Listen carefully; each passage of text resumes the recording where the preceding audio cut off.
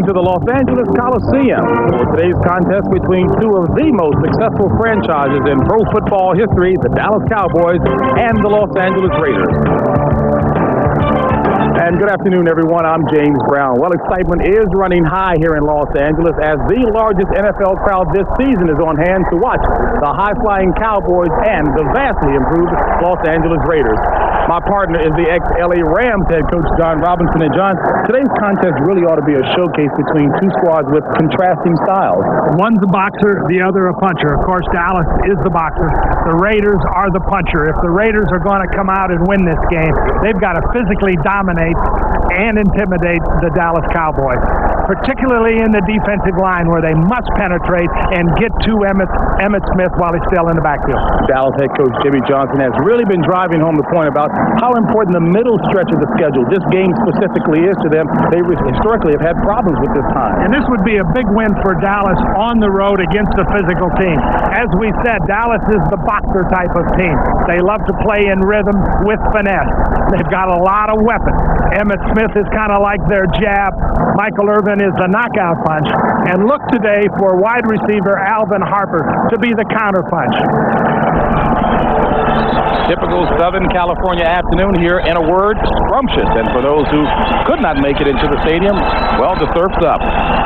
The Raiders have won the coin toss and will receive Lynn Elliott to kick off for the Dallas Cowboys. And back for the LA Raiders, Napoleon McCallum, and Alexander Wright, the ex-Cowboy. And he is dangerous. He returned two kickoffs for touchdowns when he was with the Cowboys. And we're underway. An excited crowd from the three. It's McCallum. And McCallum hit hard at about the 16-yard line, leading the horde of tacklers was Tony Hill. Todd Marinovich back at the helm for the Raiders. Suffered a sprained left knee last week, said he's fine and he's ready to roll him. And he's got a big, strong offensive line in front of him. And this group has to block well today. They've not gotten off to a good start this year, partially because of injury, but they must block physically well today. The running game here in L.A. basically by committee. And it's a great committee. Dickerson and Allen, that's a real committee there. First and 10 for the Raiders. Tim Brown in motion. And Marinovich throws it wide. The intended receiver was Steve Smith. And it will be an impressive defense led by Charles Haley. Only one sack, but 23 quarterback pressure, so he's doing a job, and others are getting the credit. They'll shift a lot in the defensive line. Charles Haley has had a big impact. Linebacking core, not a lot of big names, but effective. And very fast and very smart. Robert Jones, the young middle linebacker, is going to be a real great player at some point. And the secondary, Brown and Holt, the corners. Ray Horton and Thomas Everett, the safeties. Second and 10. Marinovich back to pass again. Drills it complete for the first down to Tim Brown, who's driven out of bounds by Isaac Holt. And, John, you were talking before about the accuracy in the short game of Todd Marinovich. Get a look here at Tim Brown. Look at the cushion that Isaac Holt gives him. He thinks he's going deep. Tim Brown just turns out Todd Marinovich, who, as you say, James, is an accurate passer, puts the ball on the money with timing passes. Todd Marinovich is a timing passer. The Raiders are going more to that kind of pass. 15th catch of the season for Tim Brown. First and 10 Raiders from the 29. On the ground, Dickerson. And Dickerson on the draw, getting all the way up to the 35. A gain of 6 by Eric Dickerson, finally tackled by Robert Jones. Washington, not a touchdown in that game. 5 field goals by Chip Lowmiller, and they squeak one past the Minnesota Vikings. So take a look at Eric Dickerson, and John, you got a chance to chat with him, and quite honestly, I guess there was a bit of a strained relationship in the past few years, but you guys did talk. Yeah, it was great to talk to him, and he's excited about this year. He hasn't gotten going yet this year. He's only played about half of each game. He's anxious to get a game where he can get 20, 25 carries. Second and 4 on the ground. This is Steve Smith, and Smith has the first down.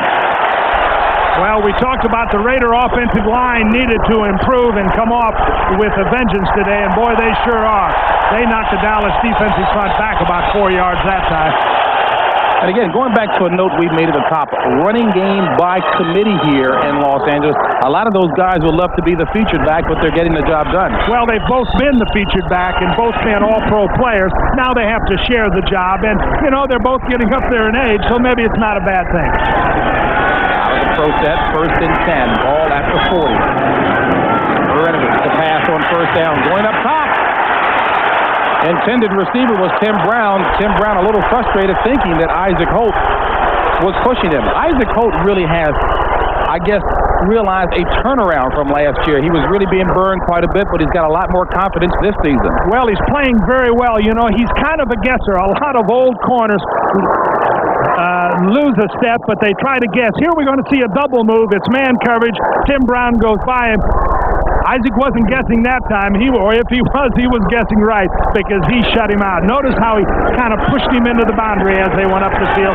That's the way to play that position. Ike Holt, 8th-year player out of Alcorn State. 2nd and 10 for the Raiders from the 40. The pitch back to Dickerson. And Dickerson has the 1st down across midfield. A 13-yard run by Eric Dickerson. Here we're getting a look at the Raiders running weak side. They tried to come out in this ball game and come to the weak side. We're going to see Dickerson come out here, watch the stretch in the blind blocking, and have him turn it up the field. There you see the pitch to him. Now watch, they stretch 51 out. Watch him turn right up the field and attack him, cut back, lower his head, get the extra yard and the 1st down. Opening drive of the contest. Raiders in Cowboy territory. Incomplete intended receiver was Willie Galt. That was the deep out pattern. They're throwing on 1st down a lot. Willie Galt was single covered, but he was covered. Larry Brown did a nice job against him, and I think Todd Marinovich kind of threw that ball away. Marinovich at the helm in succession. Some great quarterbacks of yesteryear for the Raiders. Ken Stabler, one of those guys, and Todd Marinovich had to be pretty honest with us. They said, fellas, I didn't know who he was. Had to watch the highlights to be impressed. Kenny Stabler's going to love that one. Huh? It's the same number, though. They just ripped the Stabler off and put the Marinovich on, and he'll do it well. 6 defensive backs in for the Cowboys on 2nd and 10 for the Raiders. Ball at the 48 of Dallas. Complete to Ethan Horton for a 1st down and a lot more. Well, this was a big part of the Raider plan to try to match Ethan Horton up. He is the offensive left tight end, as you see on your screen here. He is going to come down and work across the field and get away from Ken Norton, the linebacker. It's man coverage, and Norton doesn't handle him at all. Watch Norton try to cover him. He's inside him with a little shove, and boy, that's what you call wide open there. Norton lost him completely. The Raiders are off to a very dynamic offensive series inside the 20 now. Big tight end who's got 17 catches on the season. 1st and 10. Ball at the 22. Dickerson looking for room. And Dickerson running inspired for the Raiders. A 5-yard gain by Eric Dickerson, who certainly looks a little like the Dickerson of old. Sure does. Tight end, boy, that's been a real tradition here in L.A. And that's part of the Raider philosophy. They have worked hard over the years to develop tight ends.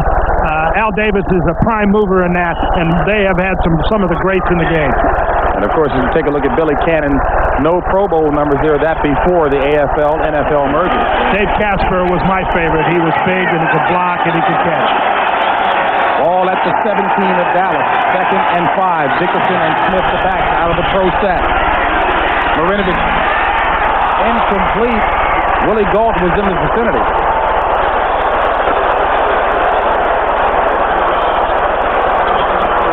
Inside the red zone has not been a very positive area for the Raiders. Well, and this is a key down, 3rd down and about 5. They've had a lot of struggles there, but a lot of the stats come in the first 4 games. This is a different group of guys that are playing after those first 4 games of the year where they did not very many things well. Art Shell knows this is important to get off to a good start in this game.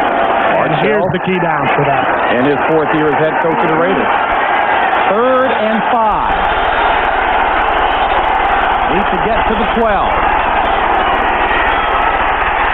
Marinovich, a flag on the play. Marinovich incomplete off the chest of Ethan Horton, but there is a flag. Either holding or maybe even pass interference. Well, that came from the side. That could very well be. They've got 3 flags down on the field. One in the end zone. So we've got all kinds of things. We're just going to have to wait and let them sort it out. Jerry Alston, the referee for today. We have 2 fouls on the defense. Illegal use of hands to the face. That penalty is declined. Defensive pass interference, number 20. First and goal on the 1. Well, Jerry Alston sorted that one out nicely. First and goal at the 1 for the Raiders. So it's been a very impressive opening drive for the LA Raiders, who now have it at the 1 of Dallas. Well, they've gotten the ball to Ethan Horton, which they wanted to do, and they've got Dickerson outside. Ethan Horton, we're going to see way up here at the top of the screen. It's the big man against the little man. Watch him kind of knock him around. Gets way. That's position. James, that's something you're used to being from basketball. You get that position on him, and the ball got in there, and it was pass interference on the defense. Little spin move in there. Heavy package for the Raiders. 3 tight ends. Marcus Allen the back. Marcus Allen the ball carrier. And touchdown for the Raiders. Marcus Allen.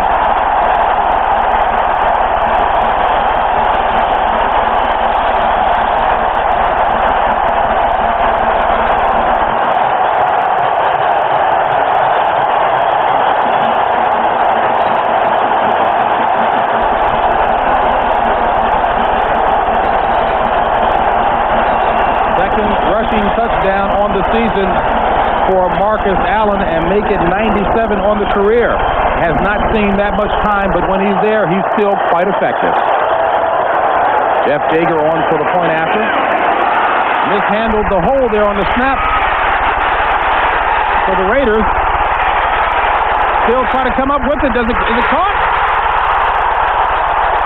No, it is not. Not the way that Art Shell drew it up. And we've got some penalty flags. I think it's probably ineligible receivers downfield. I would say there are a few of those downfield. About 12 downfield. The penalty is declined. The extra point is no good. Jeff Dawson, if you take a look at him, he was the holder. Tried to hurl the pass. Here's a look at the touchdown. Look at the offensive line. Watch them come off. Marcus Allen really isn't touched till he gets into the end zone. Culminating an 11-play drive that covered 83 yards. You were on. Kicks it off to Dallas. And Calvin Martin will take it 5 yards deep. Kneel down, touchback. It'll be 1st and 10 from the 20 for the Cowboys. As the Raiders take almost 5 minutes off of the clock on its opening drive to score, but do not come away with the point after. Here's the most exciting extra point drive I've seen for a while. The ball breaks right through his hand. Now they're trying to say, hey, I don't want it, you take it. Yeager's saying, man, I don't want this thing. Somebody else take it. Almost made a play, almost had a heck of a catch and win. Now, what do you expect from Dallas on its opening drive? I think they want to get to Harper as quickly as they can. 1st and 10 from the 20. Aikman back to pass. And he's looking. Complete to Johnston. And Johnston takes it up. A 5-yard gain up to the 25. It'll be 2nd and 5 for the Cowboys. Troy Aikman, 4th year out of UCLA, back in familiar haunts here in Los Angeles at the helm. Mark Tuinei back after missing last week with a lower back problem. The Dallas Cowboys believe Eric Williams, number 79, the right tackle, is going to be one of the greats. He's just had vast improvement over the last season.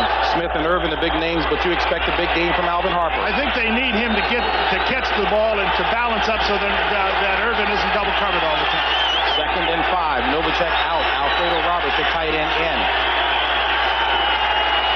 Aikman to Smith. And Smith only back to the line of scrimmage. Winston Moss read it well and tackled him.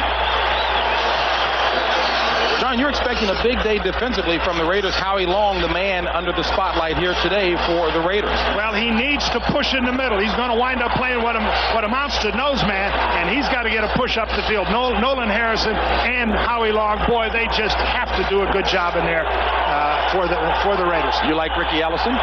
Well, he's a great run defender. He's not so good on the pass. They get him out on passing downs. And it's an experienced secondary for the Raiders. 3rd and 5 for the Cowboys. Nickel package in for the Raiders. And it's complete for the first down to Kelvin Martin. Well, we talked to Ronnie Lott before the game, and he talked how crucial 3rd down was going to be for the Raiders. He just felt like they had to get him off the field and not let him establish a rhythm. Here we're going to see the tight end Novacek come down, fake to the inside, crossover. Then they throw the ball wide to Kelvin Martin, and he's open for the first down.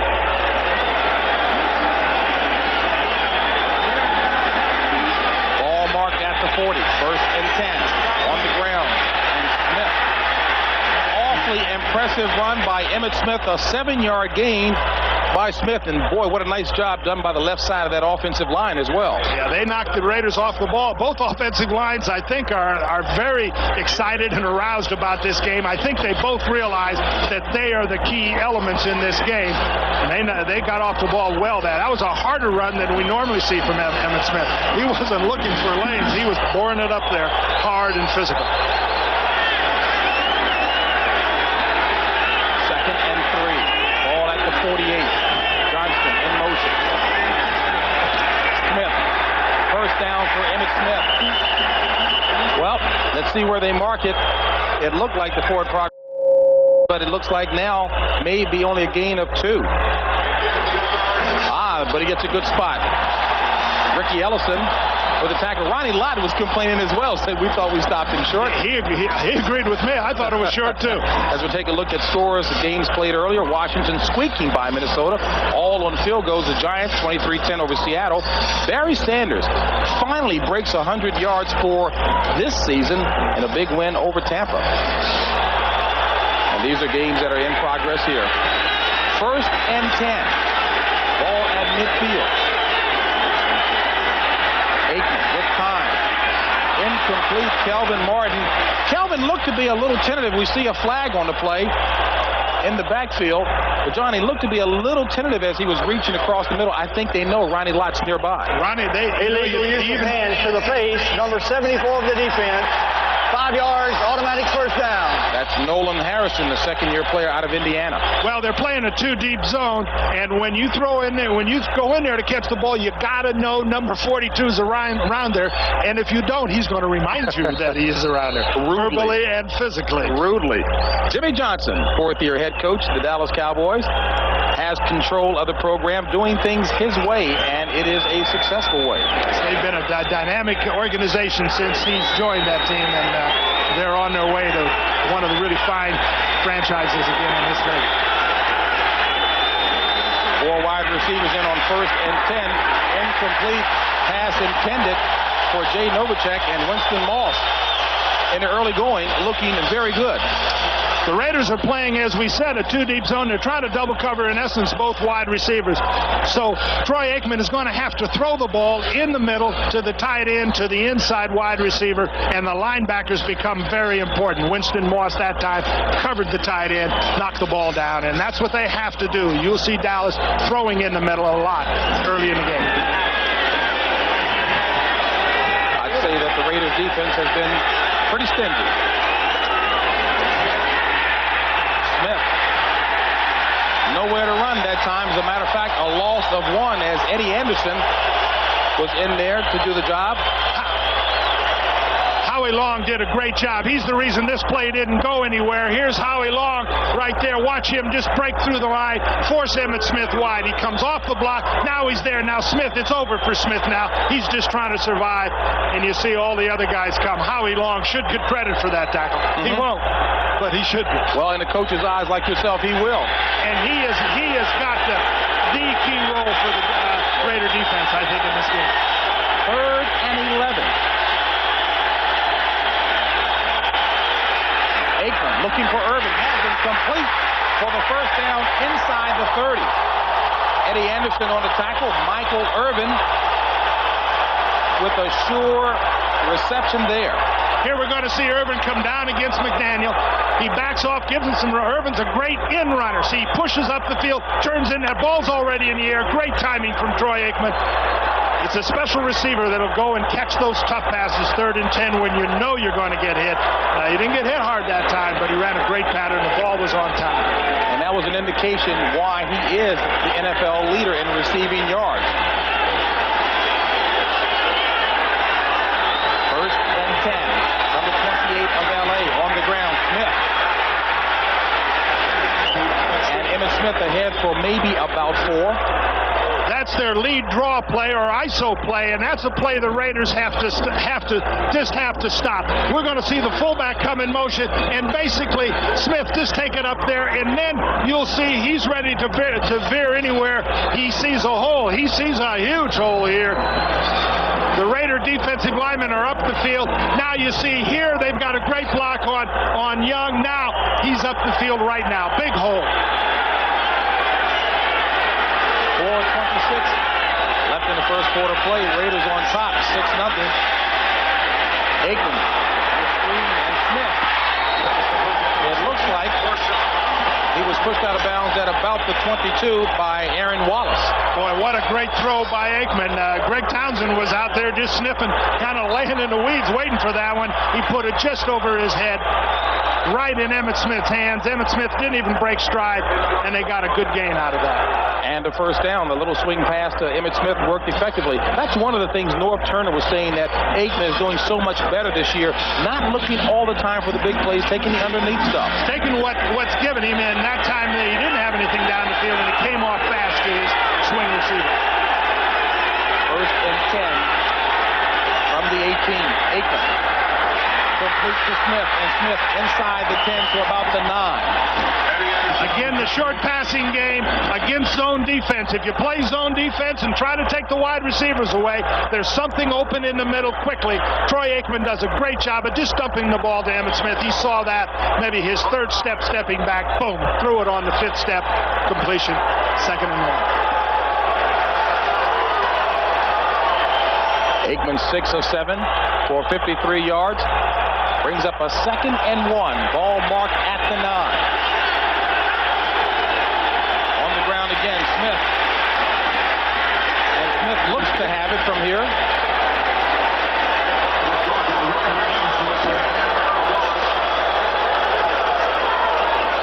That time Ronnie Lott penetrated and almost got Emmitt Smith in the backfield. One of the great things about Smith, people seem to have him, and then he just kind of slips away from him and gets a first down. That could have been a 3-yard loss easily. Raiders defense inside the 20 has been extremely stingy as of late. Well, they're going to be tested here, but they have made a real turnaround defensively from the early games where they lost. Now they're not turning the ball over, but their defense is really carrying them. Cowboys trailing by 6, 6-0, 2:23 left in the first period of play. 1st and goal, ball at the 7. Aikman decides to take it and gets back, it looks like, to the line of scrimmage, maybe a gain of 1. We'll see where they mark it. Howie Long on the tackle. That can be a frightening sight, and I'm sure Jimmy Johnson felt that as well. Howie Long coming at Aikman. Well, I'm not sure he could see it from where he's standing, but I think what he was looking for, they were looking for Emmitt Smith on that short pass over the middle, same one they ran a few plays ago, but he wasn't there. He didn't have anything to do with the football, so he took it up there and didn't make much, but he didn't lose anything either, and didn't throw an interception. 92,488 on hand, a sellout, largest this season in the NFL. Here comes the blitz. 2nd and goal. Smith. Touchdown, Dallas. Emmitt Smith. 7th rushing touchdown of the season.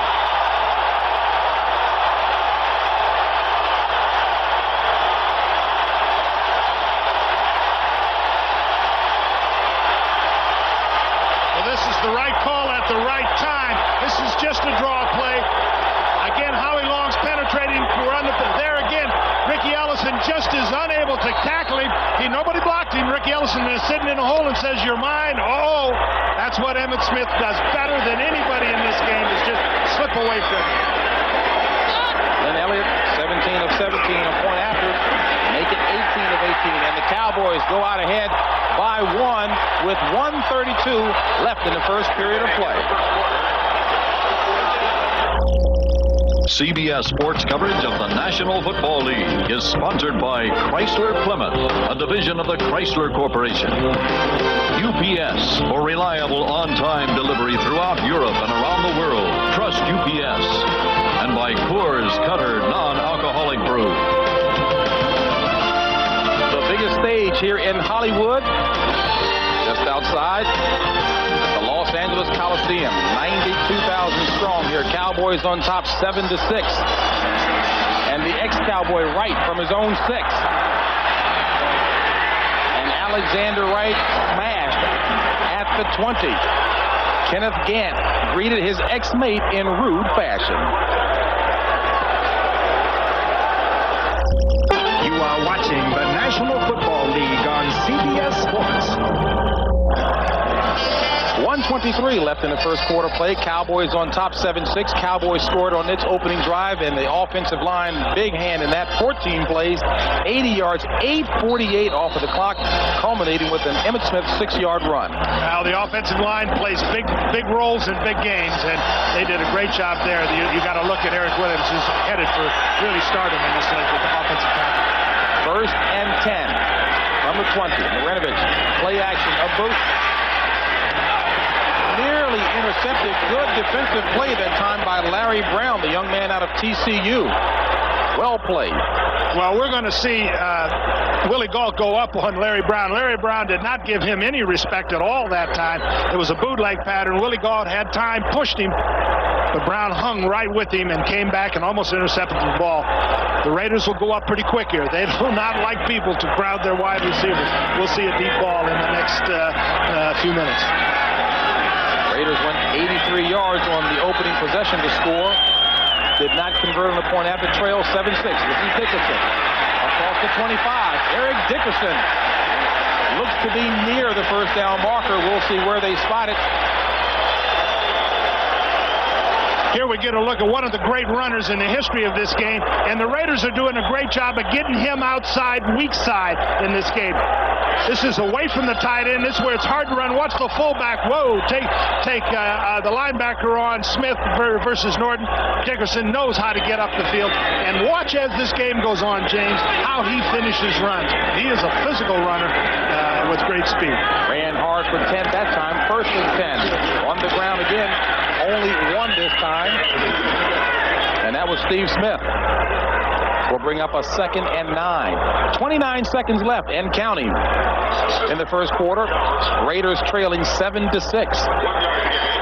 Well, that was as good a first quarter as you could ask. Both teams got out and did the things they wanted to do.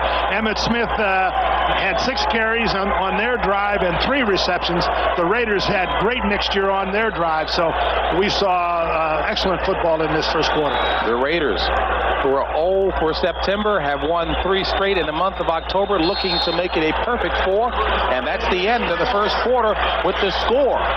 Dallas leading 7-6.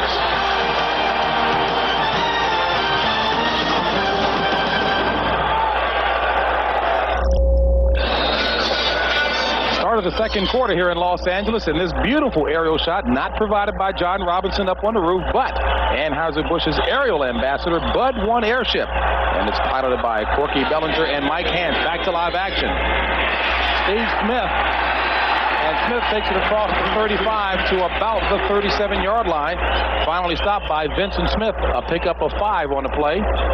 Well, the Raiders are borrowing a page from the Dallas book now. They were working to Ethan Horton inside. Both linebackers dropped back on him. Steve Smith was free underneath him and made the catch, gets him down to 3rd down and about 3.5 or 4, which is a much better place than 3rd and 8 or 9, obviously. Dickerson out, Marcus Allen in. 3rd and 3, need to get to the 40.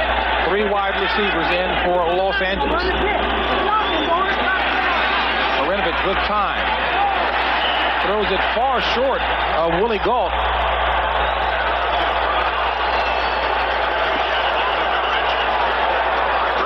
Here we going to get a look at their key third down receiver, Ethan Horton, trying to work on the linebacker. He's being held and his jersey ripped. He came open late. The quarterback was already off him, and he said, "Man, you can't rip my jersey." It's the only one they give me. Godfrey Miles doing the honors that time, grabbing him. Matter of fact, both about the same size. Kelvin Martin back to receive this Jeff Gossett punt. Dallas loves to come, and looks like they're on a return here.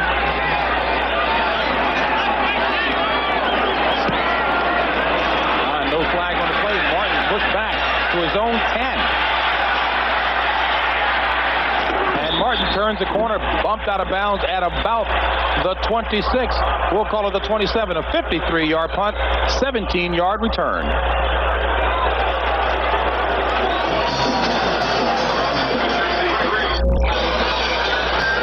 Everything quiet around the L.A. Coliseum. To the left of the screen is the L.A. Sports Arena, but that swimming pool, John. Well, in the 32 games, that was the swimming stadium. I don't think anybody's been in there since 32. Everyone's inside the L.A. Coliseum. 1st and 10 for the Cowboys. Ball at the 27. Aikman, deep drop. Completes it to Novacek for the first down. Jay Novacek taking it across the 40 up to about the 44. And Novacek has led the NFC tight ends in each of the past 2 seasons in receptions, and he continues today a 17-yard pass play. We get a look at the end zone here. You'll see the tight end coming from our left. Look at the coverage. Look at the safeties back up and open up that middle for him. Novacek turns in there wide open. They're so worried about the wide receivers, Irvin in particularly, that Novacek has a chance to have a big day. 1st and 10 Cowboys from the 44. Smith looking to turn the corner. And run out of bounds by Ronnie Lott. A smart move by Emmitt Smith. So that, John, that kind of reminded me. We asked him last night, has he ever been afraid in a game of a guy or a team? And surprisingly, he didn't name the Raiders. Well, I guess it's his first go at him, or Philadelphia, but he named Atlanta. Well, they were blitzing on him one day, and he said, we didn't have much of a passing attack that day. He said they were coming from all directions, and said that was a tough day. We showed that Emmitt Smith not only is tough, which I think he is, he's smart. He saw Ronnie Lott and said, hey, not this time. Getting out of bounds. A pickup of 4 by Emmitt Smith brings up a 2nd and 6. 12:50 left in the first half of play. Cowboys on top by 1, 7-6. Aikman just got rid of it as Nolan Harrison all on top of him with the quarterback pressure. Well, that's the inside push. We're going to see Harrison come. He's going to be the right defensive tackle, as we see here. Watch the push he gets, and watch how he forces Aikman to throw, kind of off his back foot. He's up. He's got the win against Nate Newton right now, throwing off his back foot. I don't think he saw anything. He just kind of threw that one away. Nice swim move that time by Harrison.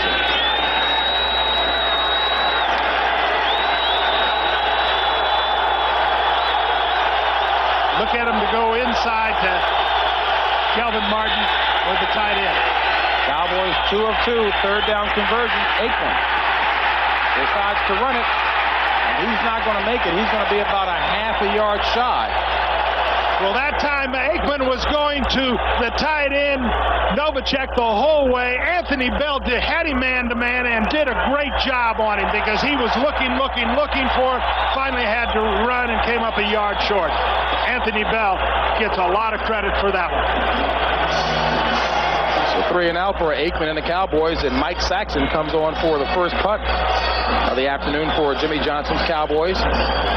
Tim Brown back near his own 12 for the Raiders. Timmy Brown out of Dallas, Texas himself. A lot of family and friends back home watching him.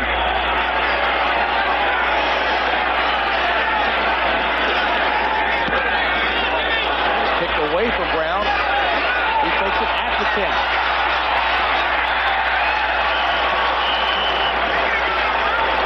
So it'll be Raiders ball after that 34-yard punt, 7-yard return. Good ball. ball game here in L.A. Cowboys on top by 7-6 here in the second quarter of play. James Brown along with John Robinson. And John, going back to the top of the show and the theme, the boxer slugger bit, it seems to be a pretty even match thus far. It really is. And both teams are using the weapons they have. I think both secondaries are trying to take the wide receivers away. So the tight ends, the running backs, the fullbacks are going to catch a lot of balls if that continues. I think it's an outstanding game so far, and both quarterbacks are going to play a big role if they can throw the ball underneath the zone coverage. Art Shell had been talking about how his offensive line would have to do a better job of blocking and holding blocks. Thus far, very impressive. 1st and 10 for the Raiders. On the ground, Dickerson and Eric Dickerson moving the pile ahead for about 4. And John, Art Shell has to be pleased with the way Dickerson is running. He's got that nice lopey move, seems to be quite excited today. Well, I think what Art's pleased about are the guys in front of Eric. They're blocking for him. As you see, that time that was just a run into the middle and wound up with 4.5 yards. And that's when the great runner gets a chance to be a great runner, when he early in the ball game can make consistent gains. Eric's off to a good start. May have a great game. 2nd and 6. On the ground again. No happenings that time as Dickerson is wrapped up by Jim Jeffcoat, 10th-year veteran out of Arizona State, and he is playing well in a reserve capacity, if you will. Well, here we see him as the right defensive end. He doesn't get blocked in this particular play. Watch him come in, and well, it's kind of blocked. I think Steve Smith didn't think he would pinch on him. He came inside the block. The runner had no chance that time. That's not a normal move for the tackle on that side, and he came right inside of Steve Smith's block. That's one that he's got over Steve Smith. 3rd and 5. Flag on the play as Anthony Smith looks to be far too soon, or make that Charles Haley. Charles Haley so anxious to get a sack. You know, since he's joined this team, he has been a big factor, but he hasn't gotten sacks.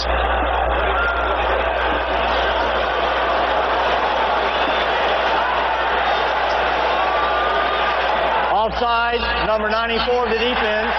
5 yards. Repeat, 3rd down. This is Haley versus McElroy here. He's going to come off the football early. McElroy doesn't have much chance. That's where you just kind of got to tackle him. It's a good thing that Eric Dickerson stood in there and got a piece of him so he wouldn't have one of those killer shots on the quarterback. But that's offside, and now it puts him 3rd down and 1. And don't think that Todd Marinovich isn't happy about Dickerson being there. Absolutely. That's what friends are for. 3rd and 1. Heavy package in for the Raiders. 3 tight ends. On the ground. I've got to see the spot on this one as Steve Smith. It's one of the crucial calls in football and one of the most subjective calls in football. They're going to have to measure for it. You know, you give the ball to the big back going in there, Steve Smith, a 245-pounder, and sometimes they don't do as well as the little guy who kind of makes you miss in there. Somebody got a straight hit on Steve Smith and knocked him back.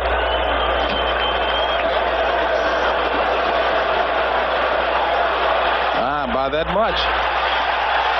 Robert Jones was the man that really made a good hit.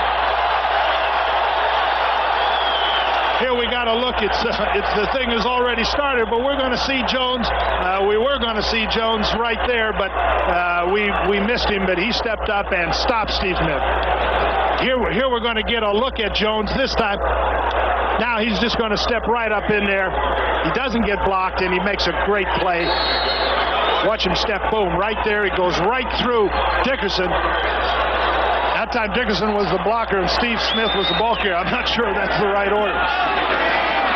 Gossett on to punt for the Raiders. Kelvin Martin back for Dallas from the 27. And Martin skips out of bounds at about the 34. So it'll be Dallas ball when we come back. A 48-yard punt, 7-yard return, 9:38 left in the half. Have come a long way from September when they were 0-4, won 3 straight here in October, but still every game from this point forward a must. They need this win, and every Raider knows it, and they're all going to respond and play as good a football game as they can. First and 10 for Dallas from the 33. On the ground, Smith. And Smith getting some nice blocking, finally tackled by Ronnie Lott, a gain of 7. Now, John, I was asking you, Smith doesn't look to be all that fast as we take a look at the AFC West standings. The Raiders 3 and 4, and again, still need victories in order to be a factor in this race. They're not too far behind, and they get both Denver and Kansas City at home, so a win today is a most important result for the Raiders. I was mentioning Emmitt Smith, 8 carries for 32 yards. Brings up a 2nd and 3, and back on the ground to Smith again, and a first down. And John, again, I guess you can talk about Emmitt Smith at any point in time. He doesn't look to be all that fast, but what is it that he does so effectively in traffic? Here's a look. This is what makes him such a great player. He's going to bring the ball weak side, but watch his moves in this area here as we clear it, and now get a look. Now watch him start there. Watch his feet now widen. Boom, up through that hole, makes another guy miss. Now finishes the run with a lurch forward for about 4 yards. That's what great runners do, and those are the things that make runners great, when they can run in crowds and get yards. Rarely takes a hit direct on. Aikman back on first down. And loses the ball, fumble. And it looks like the Cowboys recovered it. Darrell Johnston alertly, the fullback on top of it.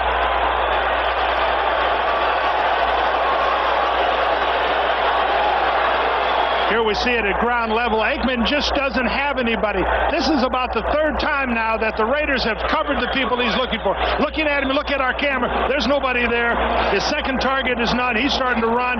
He's still looking, and gets hit by Howie Long, who again we believe plays one of the key roles in this game. Fortunately, the ball got back to him.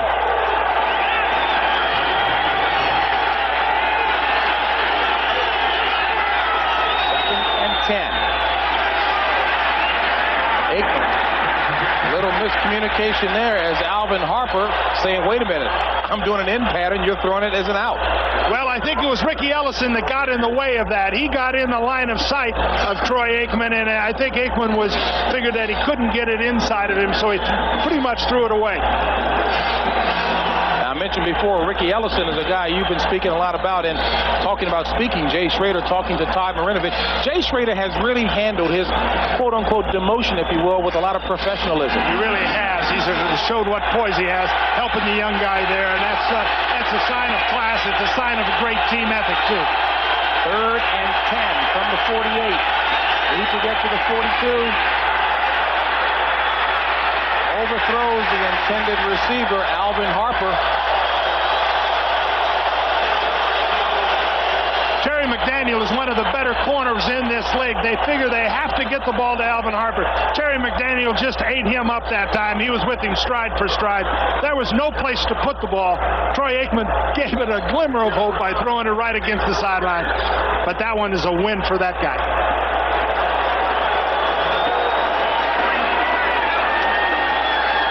Mike Saxon on for his second punt of the afternoon for the Cowboys. Tim Brown back around his own 11.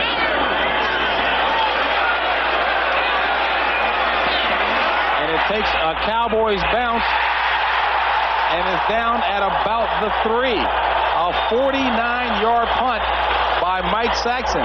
Timmy Brown thinking that it would roll into the end zone. Did not.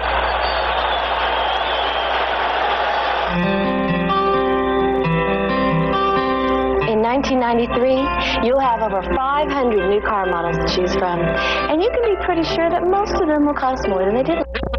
Big plays in the game so far. Mike Saxon does a great job of punting. Tim Brown is taught not to go deeper than the 10-yard line. That ball lands on the 3. Tim Brown isn't going to fair catch anything inside the 10. That looks like a Lee Trevino 9-iron shot right there. And there's Joe Albizano, who's taking credit for shit. I taught that guy everything. Right? That's what special teams coaches do, because they sure get the blame when it goes wrong. 1st and 10 from the 3 on the ground, and Steve Smith running ahead for a couple of yards. So, John, again, to go back to that point, Tim Brown made the right decision then in letting the ball go. Oh, absolutely. He just was unlucky, and that was a great punt by Mike Saxon. But the punt receiver is taught never to fair catch a ball inside the 10. This is so difficult here. The chances of driving 96 or 7 yards for a touchdown are probably 1 in 90 or something like that. They're way up there. So what the Raiders have to do is just try to get maybe 1 first down, 2 first downs, get room to punt the ball. Look for Marcus Allen coming out of the backfield here. He's in the game at tailback. Ball at the 5, 2nd and 8. Marinovich back to pass. This time, locking it, looking for Allen. Incomplete. And is there a flag on the play? There is a flag. Back at about the 15. Isaac Holt was right there on the coverage. It's going to be a hold against Ethan Horton. That matchup between the linebacker and Horton that time. Holding number 51 defense, 5 yards, first down. There it is. That's Norton versus Horton, and they got him that time. Remember, we showed an isolation a little while ago of those two guys coming together, and that's going to be a matchup. That time you saw Marcus Allen did come out of the backfield, was the primary receiver. Dallas double covered him, so it leaves 1-on-1, a good tight end against a linebacker. Tight end's going to win that battle a lot of times, or force the linebacker to hold him. 1st and 10 for the Raiders. Ball at the 10. 6:26 left in the first half of play. Raiders trailing by 1. Allen. And Marcus Allen makes something out of it as he picks up 4. Well, that's an off-tackle play. They pull the backside guard. Marcus is looking for a place. The good runner loves to get outside. Allen and Dickerson both are guys that like it outside, trying to find a lane. Notice as this game, we're seeing 3 of the best runners in the NFL. Emmitt Smith, Marcus Allen, Eric Dickerson, all of them finish runs with a little burst at the end. All of them get that extra 2 and 3 yards. It really adds up as the game goes on. And 2 out of the 3 runners, other than Smith, of course, you've had a hand in help to make good runners or great runners. On 2nd down, complete for the first down. Nice pass from Marinovich to Andrew Glover. That's the other tight end, and as we said, this is going to be the tight end on the left as we look at this film here. Watch him release, come up the field. Again, we're going to see linebackers working on him. There's the inside linebacker trying to cover him. Glover goes down, pushes off him, comes back to the football. Ball's on the money. Excellent throw by Todd Marinovich. That's one of the things that Todd does really well, and I think will become truly great at that in time. The short, accurate pass. It also pays that Glover is his best friend. Allen on the pitch. And Marcus Allen up to about the 28-yard line. A 4-yard gain by Marcus Allen. Now, I mentioned that you coach both Allen and Dickerson. You've had a hand with a number of players in this game. Lott, Ronnie Lott, Allen, Dickerson, Ellison, Don Mosbar. My goodness, John, you've had a big hand in these careers. Well, those are the kind of guys that make you look like a good coach. Some of the great players and some of the great people. You know, we had a chance to talk to most of them, and it's a thrill just being around those kind of men. And it's one of the great memories of my life being associated with them.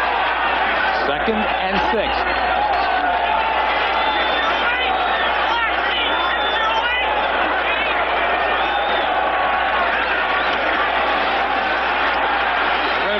Going up top, looking for Galt. And overthrows Willie Galt, and that may be a little tough to do, but Marinovich, knowing that he maybe should have taken just a bit off of it, lofted a bit more. Well, he doesn't have that strong an arm, and I think when he's got to throw it with everything he's got.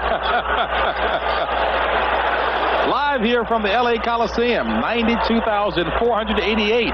First sellout of the season for the Raiders on hand, as the Raiders trail the Dallas Cowboys 7-6. James Brown along with ex-Rams coach John Robinson. And John, also you coached here at USC, so you're very familiar with the stadium. You were awfully pumped up coming in here. Well, it's the most beautiful sight in the world to see this stadium sold out, 92,000 people. Very impressive, very exciting game. 3rd and 6. Marinovich throws it incomplete. Intended receiver was Ethan Horton, but there is a flag down on the far side of the field. This time it's again holding on against the defensive secondary or pass interference. This time it's Gant. Holding number 28 of the defense, 5 yards, automatic first down. That was Woodson It's hard to handle those big tight ends that can move.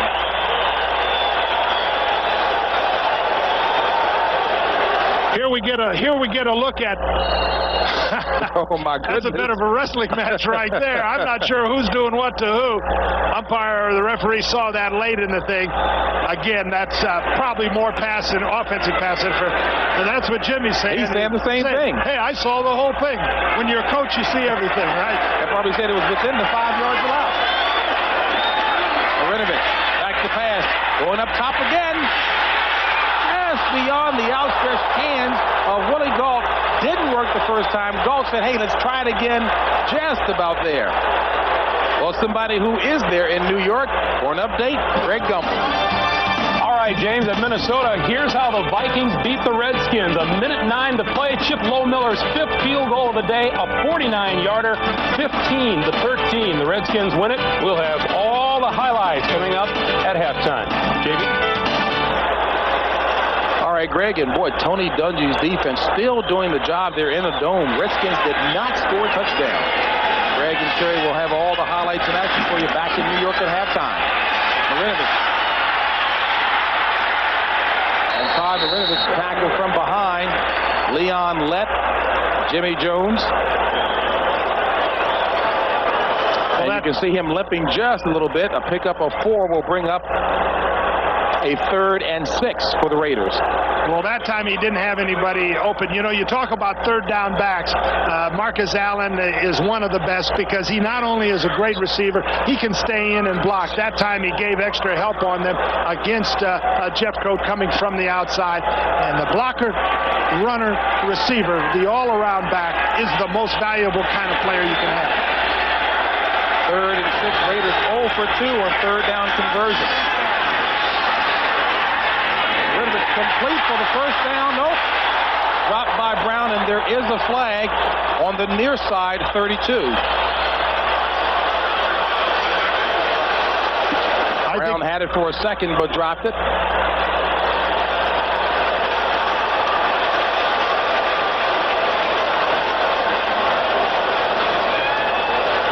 Holding on the offense. Penalty is declined. 4th down. So Jerry spared the embarrassment for whatever player by not identifying him. This game started out, looked like it was going to be a great offensive show, and now the defenses have risen and really slowed things down, and we've had a series of punts now in the second quarter. The first quarter was all offense, and the second quarter has been pretty much all defense. Both teams statistically doing well on the season defensively. Look for Dallas to come.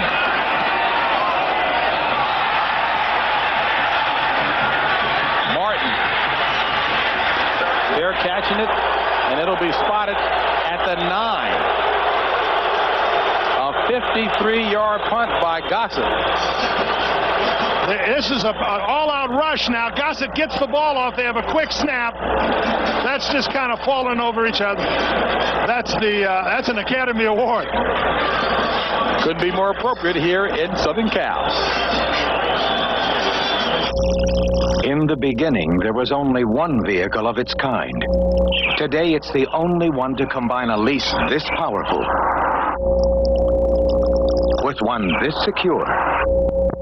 Coming up next Sunday, it's doubleheader action on CBS, starting with a special post-Halloween edition of the NFL Today. Then in Game 1, most of you will see Tampa Bay at New Orleans for other regional action.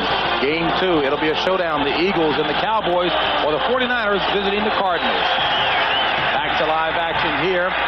Dallas keeping it on the ground as Emmitt Smith takes it ahead. 2:54 and counting left in the first half. And you know what? We do get special treatment here. Nice job here. Bob Monsbach, our producer, cannot claim credit for that. This is the third man in the booth. Been a pretty solid one thus far, though. And he is, if he's a fan of defense, but he looks like a defensive pumpkin there. No teeth, huh? Yeah, definitely a defensive or pumpkin. very He's starting few. to get happy. Smith again. And Smith somehow making a little out of Ricky Ellison on the stop, a gain of 4, and it looks to be enough for the first down. John, you talk so much about the feet of Emmitt Smith helping him to make these shifty moves. Well, he's always on balance, and you watch as this game goes on how many times his feet are just spread a little bit. He's kind of in a semi-crouch position, and his eyes wide open, seeing some things, and when he sees something, boom, he can get to that place. That time that was, as you said, a bad play that he made a first down on.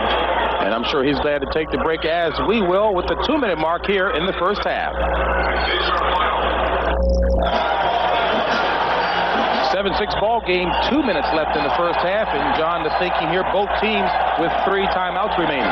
Well, Norv Turner, the offensive coordinator for Dallas, I'm sure is thinking, let's get a couple more first downs. You don't want to risk putting the ball up too much in the middle in this area. If he can get a couple first downs, use one of the timeouts, then they can go in and think field goal or touchdown.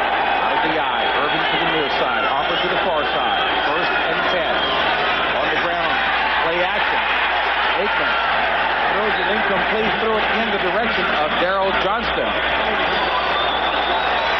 And we get a report from the sideline that Andre Bruce for the Raiders has a hyperextended knee, but is expected to return. Here's a look at Norv Turner up in the press box, the offensive coordinator, who's done just a brilliant job. He's the man on the left with his hand near his throat there saying, I got to find a way to get a first down. He has been just one of the key factors in the rebuilding of this franchise.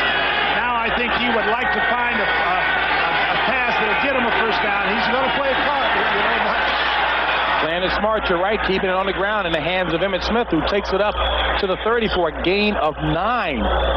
Again, the call that you didn't expect. That time they were thinking pass. Emmitt Smith has made a lot of yards in the middle.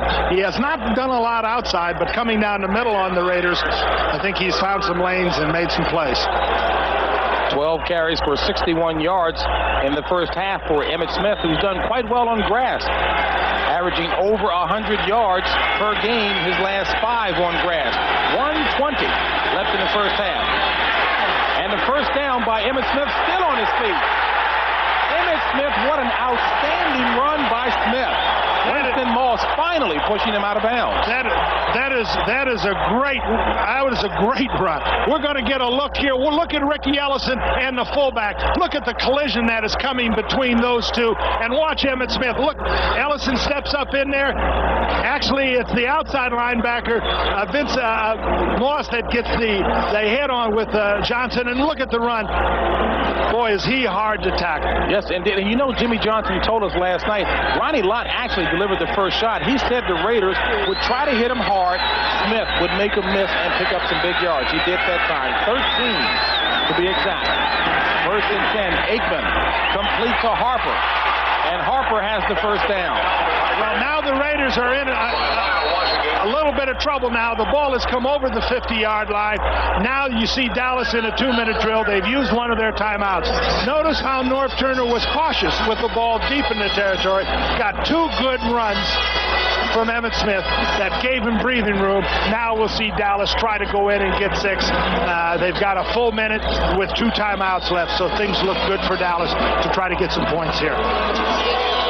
Coming up on the NFL Today halftime report, Greg and Terry will have all the scores and highlights from today's NFL action, including that exciting big game up first, which was Minnesota and Washington. Washington had to pull it out in the closing minutes on a field goal by Chip Lomiller.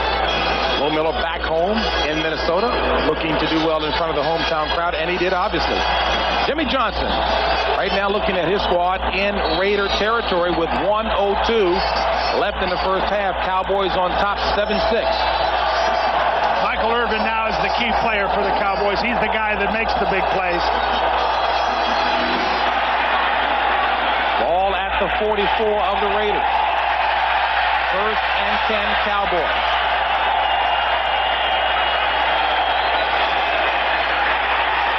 Aikman looking for Alvin Harper again, incomplete. Harper had his fingers on it. Terry McDaniel defending. And again, we knew that Alvin Harper was a guy the Cowboys were looking to get more involved. Well, they got him involved just the play before with his first catch for a while. They came to him. Yeah, I was a little surprised they had man coverage that time. Michael Irvin had Washington one-on-one, and they didn't think to. They were thinking strong side. I think they thought automatically that Michael would be double covered. So we may see them come back to him. But don't be surprised if we see a draw play here with that great young tailback there in the ball. Harper to the far side. Irvin to the near side. 2nd and 10.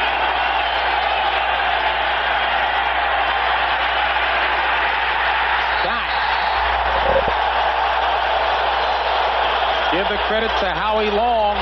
4.5 sacks on the season for Howie Long. We talked about Howie Long having to put pressure in the middle. Here he is. Here we see him on the center, coming again, fighting through there. That's just power, determination, right through the quarterback. That's what the Raiders needed. Pressure up the middle against the short drop that Troy Aikman tends to take. Got in his face. There was no place to go but down. Art Shell has seen the Cowboys take their 2nd timeout, leaving 1 for Dallas. Shell's Raiders have all 3 remaining, 51 seconds left in the contest. You rarely see Art Shell very demonstrative on the sidelines, but clearly the players know what the game plan is, and he doesn't need to say much. Well, what he does is set an ethic for this football team, sets a standard. Everybody looks at him and says, there's a guy in the Hall of Fame. You know, it wouldn't be too bad looking at your head coach who's in the Hall of Fame, looking at your owner who's in the Hall of Fame. Pretty good ethic established by that football team. I think Dallas has to be thinking we've got to find a way to get Michael Irvin the ball. He is just too good a player to be not involved in this part of the game. 3rd and 13 for the Cowboys. Aikman sacked. Give the credit to Aaron Wallace. 2nd sack of the season for Wallace.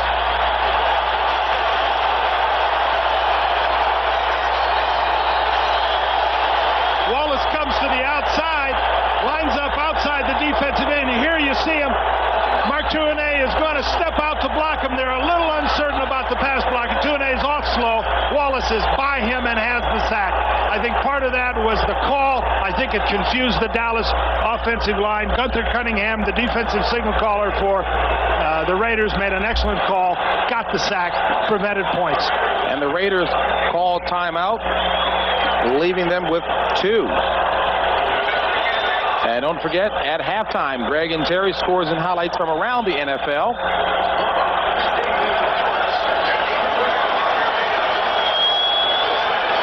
Aaron Wallace out of Texas A&M, 3rd-year player. I'm sure he's got some folks back in the Texas area who are smiling along with him right now. Aaron Wallace is not a blitzer on this team. His role is to operate in coverage, and you don't get on the TV when you're in coverage. But when you get a sack, boy, everybody knows who you are.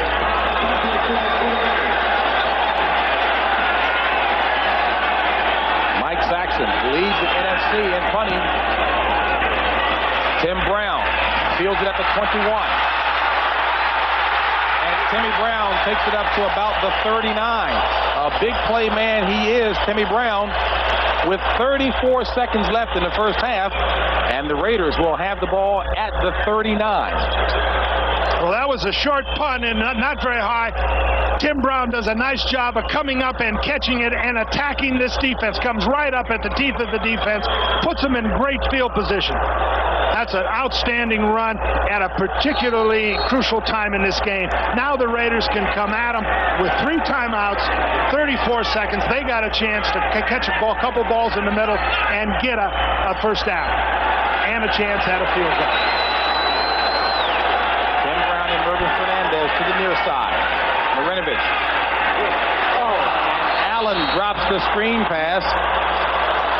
29 seconds left in the first half. As we take a look at Jeff Jager, he has a long of 54 this year, that coming against the Giants. Well, they've got to move the football about 25 yards. They don't have a lot of time. They've got to throw the ball down the field to get that done. Screen pass was a nice idea on first down to get part of it. But with 29 seconds left, 1 timeout, they've got to find something in the middle or a comeback on the outside to one of the wide receivers. 2nd and 10. And Jeff Coates should get credit for it. A loss of 7 on the play. So So Jim Jeffcoat is going to get credited with a tackle as Marinovich drops the ball but recovers it. Here we're going to see Jeffcoat coming up the field. He just goes by Wilkerson. He's by him. Sachs coming now, knocks the ball right out of Todd Marinovich's hands, and that ends that drive. The big story in the 2-minute drives have been pass rush, one by Wallace and one by Jeffcoat that kind of stuffed out two potential point-scoring drives. The first quarter was offense, second quarter defense. Now that's the end of the first half with the score. The Dallas Cowboys 7, the Raiders 6. Greg and Terry up next. CBS Sports coverage of the National Football League is sponsored by the Heartbeat of America, Chevrolet, and your local Chevy dealer. Florsheim ComfortTech shoes. Try a pair and get comfortable. And by HP LaserJet printers. If it isn't a jet, it's only a laser printer. This is sponsored by Levi's Dockers. Nobody does color like Dockers. Hello, everyone. Greg Gumbel along with Terry Bradshaw. Welcome. It's halftime, and the Cowboys are leading the Raiders by 1, 7-6. A missed extra point is the only difference in this game. Meanwhile, halftime in Miami, neither Jeff George nor Dan Marino have thrown a touchdown pass. A couple of TD runs. The Colts and the Dolphins are tied at 7. That's the score in San Diego as well. The Broncos and the Chargers, as they approach halftime at Jack Murphy Stadium, they're tied at 7. John Elway has thrown a touchdown pass, and so has Stan Humphries. New England, the Patriots, frustrated by that Brown defense, which now has not allowed a touchdown in 14 straight quarters. 9-0. The Browns lead it on 3 Matt Stover field goals. Now, action earlier today will begin at the Metrodome, where the Vikings fell to the Washington Redskins. 15-13 was the final score. Joe Gibbs says, woo, woo, woo. And then Terry Allen goes in from a yard out. Terry Allen over left tackle there. Chip Lohmiller kicked 5 field goals, his 5th from 49 yards out with 1:09 left. Leslie Visser talked to him after the game. Chip Lohmiller, he went to high school, he went to college here, 5 field goals today. Yeah, it was a great feeling to come back, and we knew Minnesota was going to give us a tough run for our money, and I just wanted to come in here and show everybody we can win here and just spoil their fun. Redskins have now won 3 straight. Their record is 5-2. The Vikings fall to 5-2. The Eagles at home today won just barely against the Phoenix Cardinals, 7-3 Philly. The final score. Randall Cunningham put the game's only TD on the board. Both teams are rotating to Barnett, the other receiver, and you'll see Williams on the right side as Cunningham scrambles the entire secondary. Rotated to Barnett. Cunningham finds Williams. He gets the touchdown. Chris Chandler of the Cardinals knocked out of action in the game today. He's intercepted by Seth Joyner here, who returns, helps cement the victory. Meanwhile, after the game, Reggie White of the Eagles was one upset lineman. You know, I'm very happy with the win, but I'm very discouraged right now with the referees because it's happening every week. I know I'm subjected to get fined, but I don't care because, there'll be no way that Reggie White would ever make big plays again with the holding and the things of that nature that's being called. And I hate to be one to sound like I'm complaining, but I've been in the league 8 years, and it's happening every year. Eagle defense made the difference in this one, stopping the Cardinals 7 consecutive times inside the 3-yard line. At the Meadowlands, the New York Giants chalk up their 3rd win of the year. They beat Seattle 23-10. Coach Ray Handley under the gun here in New York. Jeff Hostetler, a 7-yard touchdown run to put the Giants up by a score of 13-10. And after the game, Ray says, well, maybe all this turmoil isn't all bad. Almost circus-like weeks around here have often turned out to be victories for us because 2 of the last 3 weeks have been like that. And so now my job, I guess, is to create a circus-like atmosphere for next week. Okay. 23-10 the final score. The Seahawks fall to 1-7. At Lambeau Field in Green Bay, the Bears go to 4-3 with a 30-10 win over the Packers. Here's the old fake punt. Chris Gardocki finds Mark Green for 43 yards. Now, as if the gainer wasn't big enough, watch the extra yardage will be tacked on because of a late hit by the Packers. The Packers didn't help themselves. Jim Harbaugh helped himself, though, on this play. Good job. Play action's always great down inside the 10, especially if you have a quarterback that can run with the football. Harbaugh can. He finds tight end Jennings for the touchdown. Now, on this goal line play, watch Green Bay's number 91, Brian Noble, right at the lower right. You see his head snapped back. He suffered a neck injury here. He was wheeled off the field on a stretcher and taken taken to a local hospital. He had lost a feeling on one side of his body, but the hospital reports now say that Brian Noble does have feeling in his arms and legs. He is still undergoing tests, but at least the signs are positive for Brian Noble. The Bears over the Packers 30-10. Final in Tampa, the Lions over Tampa Bay 38-7. Big day for Barry Sanders, 122 yards and 2 touchdowns. Rodney Peete threw 3 touchdown passes, only the Lions' second victory of the season. And the Houston Oilers at home knocked off the Bengals 26-10. Warren Moon, a good day, his 35th 300-yard passing game of his career. And the NFL Today continues here on CBS after this from your local station.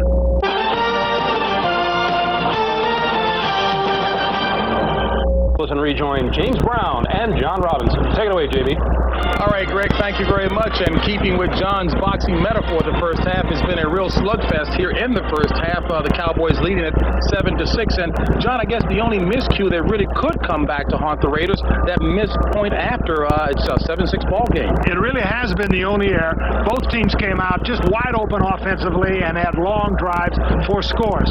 The missed extra point by the Raiders is going to haunt them maybe as this game goes on. But then the defenses both played very well in the second quarter. I think the offenses kept trying and tried to make plays, but the defenses made the key plays in the key set of circumstances, and we have a very close 7-6 game. We talked about the running game at the top of the show. Emmitt Smith certainly has done the job. As you take a look at his numbers, he single-handedly has bested the Raiders, but the Raiders, again, do it by committee. Well, Eric Dickerson and Marcus Allen both got off to good starts, I felt, but kind of got slowed down in the second quarter. Emmitt Smith continues to amaze me the way he can make a 2-yard gain into about an 8 or 9 yard gain, and they'll come back to him a lot in the second half. From a quarterback perspective, Troy Aikman certainly has the better statistics in the first half. Marinovich, not a very good first half statistically. Well, neither team is able to get the ball to the wide receivers so far, so I think the key issue in the second half is they got to get the wide receivers back in the ball game. They've got to have mixture between the run and the pass, and I think that's the key for both teams. All right, and both teams scored on their opening respective drives. The Raiders did it first, going down the field 83 yards and coming up with the touchdown. Well, here we see the Raider offensive line come off the ball. Marcus Allen just kind of walks into the end zone. I'm sure he thought it was harder than a walk, but he got into the end zone relatively easy. Here's the missed extra point that right now is the difference in this game. Both these teams are good special teams-wise, not so good here. Now we've got the punter and the kicker messing around with the football, and you know that's bad news when those two guys got the ball and they missed the extra point. That's the difference so far in this game. All right, and we'll see how the boxing match here in Los Angeles turns out in the second half when we come back for the start of the third quarter. CBS Sports coverage of the National Football League is sponsored by Ford and your Ford dealer. Have you driven a Ford lately? Miller Reserve. Taste what barley does for beer. And by U.S. Air. Every time we fly, everywhere we go, everything we do, U.S. Air begins with you. The site's still just as beautiful some 25 miles from here, the Malibu Pier. As a matter of fact, I thought that was the pier in your backyard, John Robinson. Yeah, that's my house sitting right up on that. Oh, go ahead. I think you got to get a visa or something to get. When you live in the other side of town, they don't let you come out that part of town. But it's a beautiful, beautiful area. And what's really beautiful is this stadium sold out, and I think we're seeing a very fine football game. John, I got to be honest. I mentioned earlier on that you were so excited at the top of this game. It was like you were going out there to coach yourself, being back in a familiar surrounding here. Well, it's, and we've had some great games when I was at SC, sold out, same atmosphere, the same energy, and this is one of the great stadiums in history. More great athletes have performed in this stadium, probably any other stadium anywhere in the world. When you think of the Olympic Games, baseball with the Dodgers here, USC, UCLA, Raiders. We're back underway for the second half of action here. From the 5, Kelvin Martin. And Martin has his chin strap knocked loose. Now that's what I call a hit, John Robinson. And boy, does it take courage to bring that ball back up. Look at that. The chin strap made about 12 yards, and he made, unfortunately, a little more than that. Mike Jones delivering the hit as well, the left linebacker. And did Woodson get a hit in there, too? It looked like Woodson was the guy that got it knocked loose. Martin comes up the field. This is dangerous. You're running right at a bunch of guys who know you're the guy with the ball. Well, that wasn't what we thought. Yeah, that's your own guy. It's bad enough with those other guys after you, but when your own guys get you.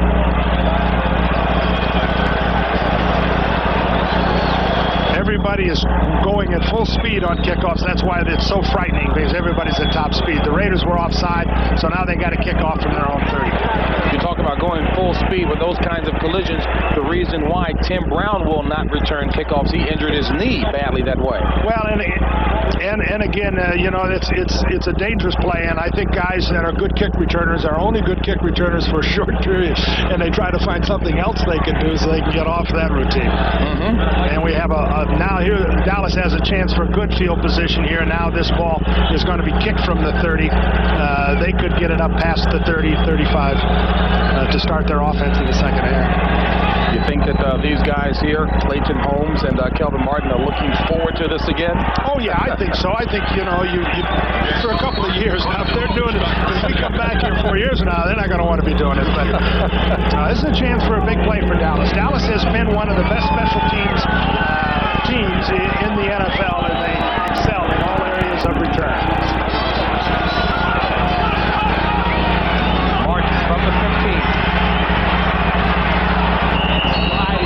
Up near the 30. It'll probably be marked at about the 29. As we quickly recap again the first half, both teams on opening drives go on for the score. Sometimes when you practice all week, you practice that opening drive. You rehearse maybe your first 10 or 15 plays, and you really excel in those. And then as the game goes on, you're kind of picking and looking at different things, and sometimes the momentum slips away offensively. Here's a chance for them to get it back. First drive, third quarter, always important. First and 10. Cowboys. Aikman back to pass. Throws it complete. And Alvin Harper hauls that one in. He's going to be about a yard shy of the first down marker. Call it a 9-yard pass completion from Aikman to Harper. Excellent timing by the quarterback. 5-step drop and threw the ball on time. Washington had Harper covered pretty much, contested the ball, but the ball was there so fast it's hard for the defensive corner to react. Harper has got 2 catches, which is, again, something they wanted to have happen. They wanted to get him in the game. Second and 1. Harper to the near side. Irvin to the far side. Out of the I formation. And is given to the up-back Johnston. And Johnston looks to have the first down with plenty of room to spare. Well, Johnson gets to carry the football once a month. And Ronnie Lott is down on the ground hurting. Emmitt Smith was the one motioning for some help to come over. Pretty hard to keep number 42 down. I think he's all right. He's saying he's not all right, but pretty hard for him to stay in the ground. Here we're going to see this collision at regular speed to give you a sense of just what happens.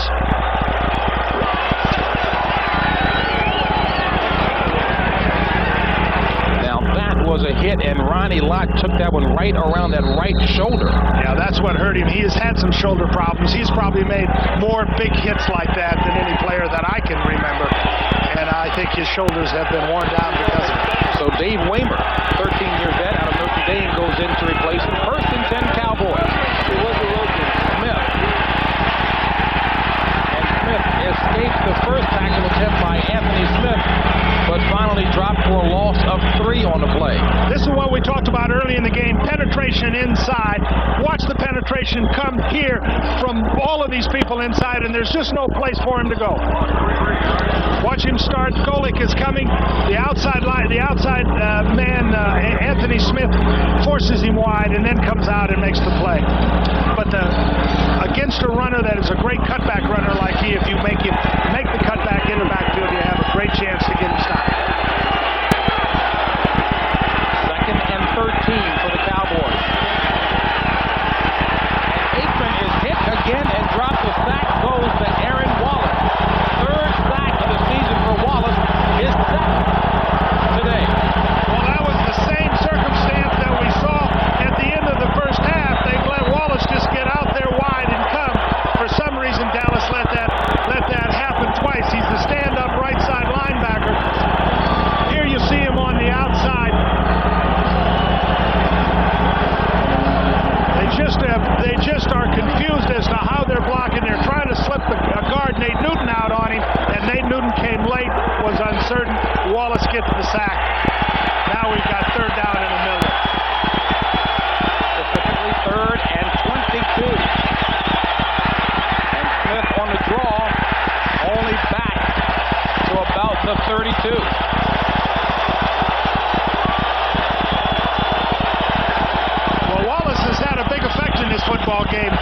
protection from the outside. He normally doesn't come from that place very often. Emmitt Smith is limping and now back down.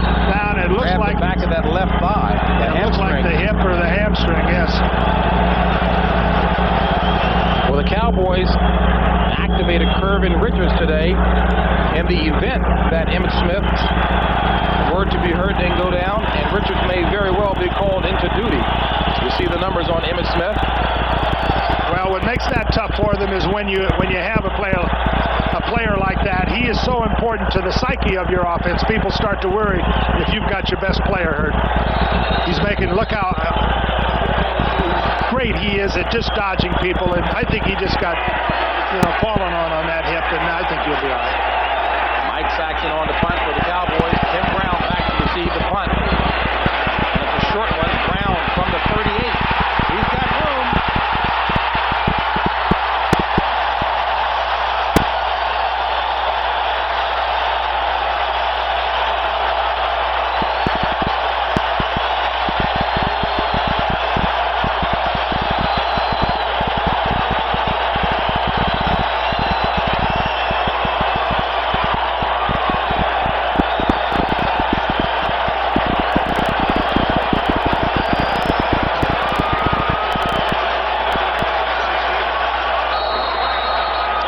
A great special teams play by the Raiders. A poor punt by Saxon.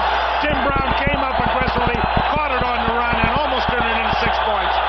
Great job by the Raiders so far in this half.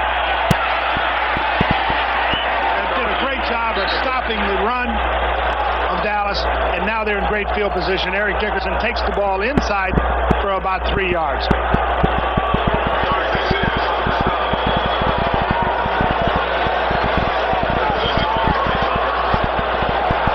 Big break for the Raiders in terms of field position, John.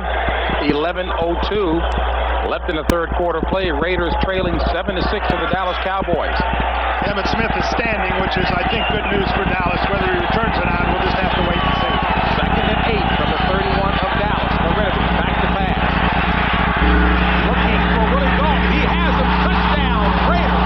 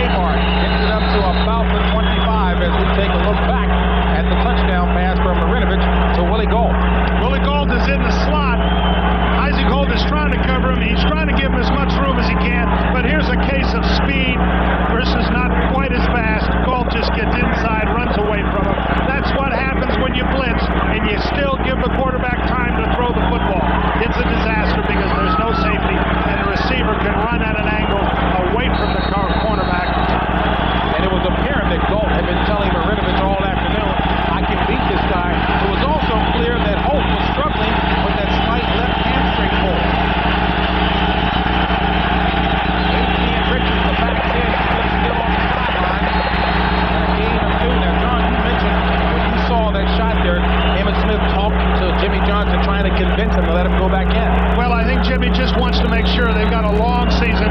Putting Emmitt Smith at risk is not the best thing. This football team has to be able to continue to get some momentum with somebody besides Emmitt Smith being in the game. So they've got to rely on Troy Aikman throwing the ball, the medium range and short range passes to get first down. Just as important, Darrell Johnston, bruised right shoulder. He had that coming into the game. He's out. 2nd and 8. Agee and Richards are in the backfield. Aikman pumps, going up top, looking for Harper. He's got it. Alvin Harper down for about the 22, his 3rd reception of the afternoon. What a great call. Right when things were going against Dallas, they come right back, and boy, did they do a great job. Here we see Harper ISO'd against Washington. Washington's given to the inside, and you see there Harper's just running away from him. What a great throw. The ball's on the money. Harper never had to break stride. There was no help from the safety man that time, and Washington laid outside, pretty much giving him the opportunity to go to the post and make the play. Harper's previous long had been 42 yards. This one was a 52-yarder. 3 catches for 74 yards. 1st and 10, Dallas. In Raider territory, complete. As Aikman finds Irvin. Well, this is a real sign of a team that's able to keep its poise. They lost their fullback, they lost their tailback. The other team scores the touchdown. They come right back and move the football down the field in 2 plays. That's impressive to me. Again, I think some great calls by Norv Turner, and I'm sure he's got a big sigh of relief.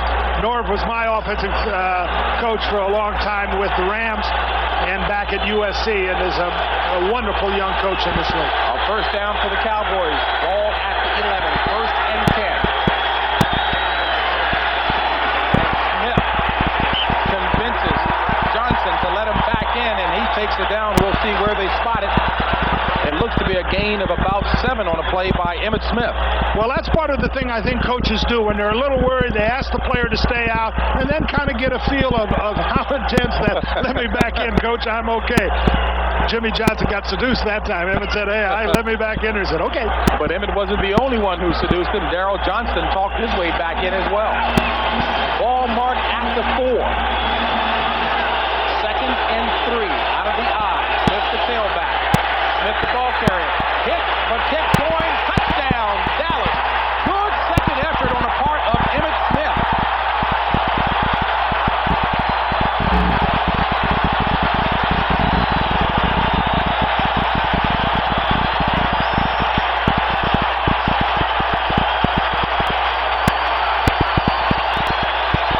Here we get a look and watch Ricky Ellison, number 50, come right through and get a tremendous hit. Jumps over. Boom! Hits Emmitt Smith right on the shoulder pad. Hit it and slow him down. Wow, what a run that is. 8th rushing touchdown of the season for Smith. And Elliott on for the point after. And it's good. The Cowboys move back in front by the score of 14-13. Here's a look at it ground level. Watch Ellison go over the top. Bang! Gets right up. Staggers him, but he comes right back. They do a great job of blocking everybody else. Puts the ball in the end zone. I guarantee you, great job. Back to live action. Alexander Wright returning it for the Raiders, the ex-Cowboy. Puts it up across the 25 for about the 26, and then Elliott in on the stop. And 2 great players involved in this touchdown run by Emmitt Smith, Smith and Ellison. Here's greatness coming right at you, folks. The ball's going to be handed off to Emmitt. Now watch Ricky Ellison jump right over Darrell Johnston and just stun Smith, almost knock him over backwards. Watch how he comes back, dodges 2 or 3 players, sticks the ball in the end zone. That is as good a run as I've seen for a long time. And a guy who 2 plays later they had to help off before that had to help off the field. Dickerson, the ball carrier. And Dickerson runs into a hard hit. A gain of about 2 to bring up a 2nd and 8 for the Raiders. 7:13 left in the 3rd period of play. Dallas on top, 14-13. James Brown along with John Robinson. And, John, this is the kind of game you were expecting, a hard-hitting affair. Absolutely, and I don't think we'll see Dallas blitz anymore. They got burned badly on the blitz, so they're going to force the Raiders to go a little bit at a time. Inaccurate with short throws, I think, is going to be a big part of the Raider hopes. 2nd and 8. Marinovich back to pass, flushed out. Flag on the play. Marinovich throwing on the run in the direction of Steve Smith, but there is a flag in the backfield. Usually synonymous with holding, huh?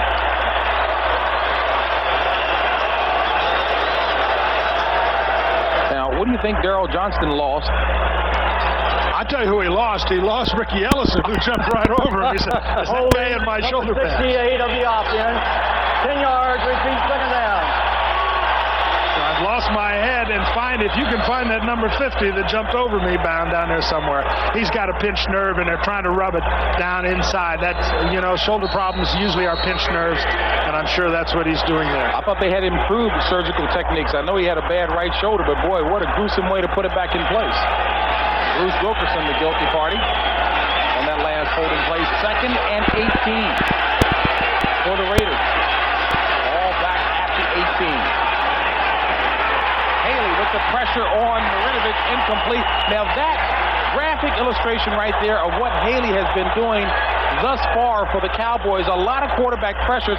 23 coming into the game, but only 1 sack. He's one of the finest outside rushers there is in the league, no question about it. They were trying to screen behind him, and they wanted him to come. They didn't want him to come quite that fast. Watch him come up the field 1 step and then inside right at the quarterback. Todd Marinovich is trying to throw him in there, but he said, "Hey, man, not that fast." Now we've got 3rd down and long, and this is where the quarterback has to be very careful. Don't commit the major error to give the other guy points. 3 wide out. Allen the lone back. Allen on the draw. A flag on the play, and Allen is dropped in the backfield. Jimmy Jones. Nice job by Jimmy Jones out of Miami. And that's not the only flag. There are 2 flags on the field. Number 77 of the defense is offside. 5 yards, repeat, 3rd down. Well, that's Jim Jeffcoat will bring up a 3rd and 13, and I'm sure the folks out in the listening and viewing audience hearing an awful lot of cheering whenever Dallas does well. This is truly still America's team, and also the Cowboys used to train about an hour northwest of here in Thousand Oaks, California, so a lot of people familiar with the Cowboys. If I were a Dallas Cowboy fan, I wouldn't make too much noise in this stadium. We'll get you to elaborate on that in a minute. 3rd and 13. Marinovich pumps. Drills it complete to Mervyn Fernandez, but he's about 2.5, 3 yards shy of what was necessary for the 1st down. Now, why wouldn't you cheer if you were a Dallas Cowboy? Well, I just think, there's a lot of guys in silver and black that have read all that propaganda that the Raiders put out and kind of believe it. That was a nice job by Todd there that time. He stayed in the pocket, stepped up, threw into the teeth of the defense. If I were the Raider coaching staff, I'd be a little nervous about that one. But he got some big field position. They gained about 17 yards. So now watch, the punt will put Dallas back down in, not deep in their territory, but with enough field so that the Raiders can play defense successfully. Calvin Martin back awaiting this Jeff Gossett punt. And not a good one at all as it heads out of bounds at about the 38 of Dallas. Cowboys will have good field position when we come back.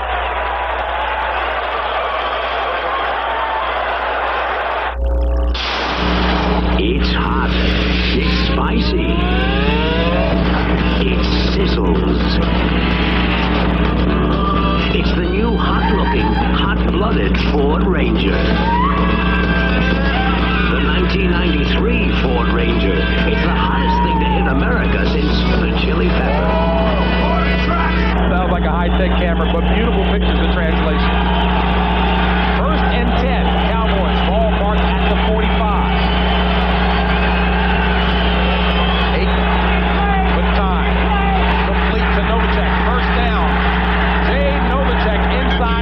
Of the Raiders to about the 38, a 17-yard pass play.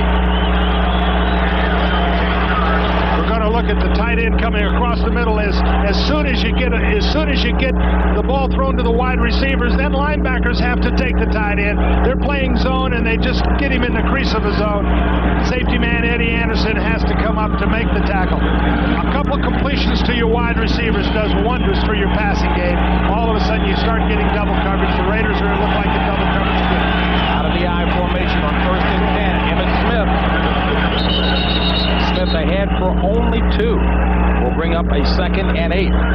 This game is presented by authority of the National Football League, and this CBS telecast is intended for the private use of our audience.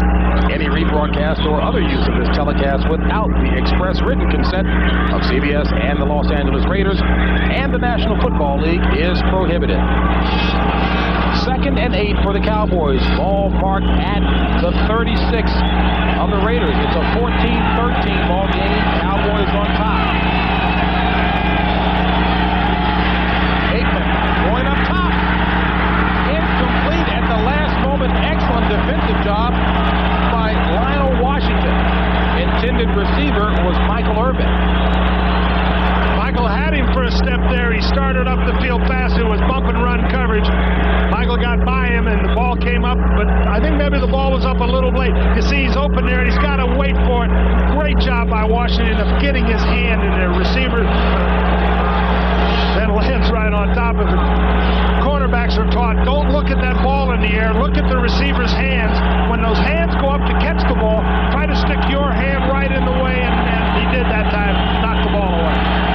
3rd and 8, and play is stopped. A timeout being called by the Raiders, I believe. That leaves the Raiders with 2. Dallas has a full complement of 3. Sunday on CBS, we'll bring you doubleheader action starting with a special post-Halloween edition of the NFL Today. Then in Game 1, most of you will see Tampa at New Orleans or other regional action. Then in Game 2, it's an NFC East showdown with the Philadelphia Eagles traveling to play the same Cowboys or the San Francisco 49ers visiting the Phoenix Cardinals. That's next Sunday right here on CBS. 3rd and 8 for the Cowboys. Ball at the 36.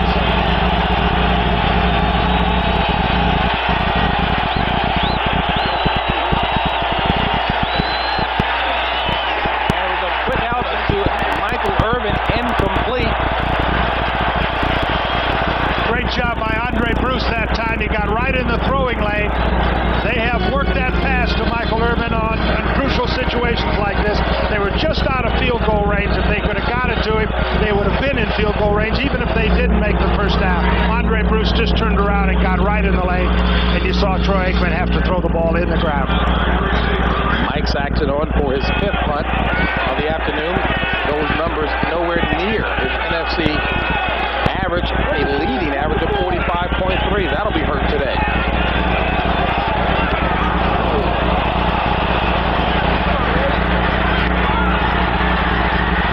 And an excellent attempt on the part of Dallas' special teams, but it'll be a touchback and brought back out to the 20.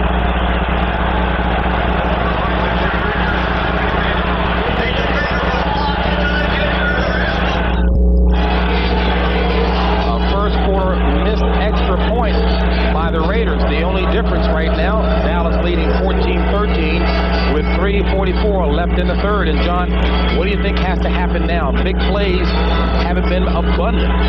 Well, both teams made big plays to start the 3rd quarter. Now they've got to settle down, I think, get rhythm back in their offense. Nick Bell has now entered the game for the first time at tailback for the Raiders. He is a big, bruising guy. He looks like Howie Long in a uniform. And they will try to run the ball to him a bit. Listed at 6'2", 250. Tim Brown in motion. 1st and 10, Raiders from the 20. On the ground, Bell. And Bell is hit hard, but uses that strength and extra effort to pick up 2 on the play. We'll bring up a 2nd and 8. And here's a guy who would like to get a lot more carries as well, but he says he recognizes he's running with two veteran running backs who certainly will be Hall of Famers. And he's still learning, and I think they're using him to the place where they can hopefully get the defense a little tired. When he comes in the football game, he's got fresh legs, he's got obviously size, and maybe kind of push that pile a little bit for them. 2nd and 8. Smith and Bell the backs.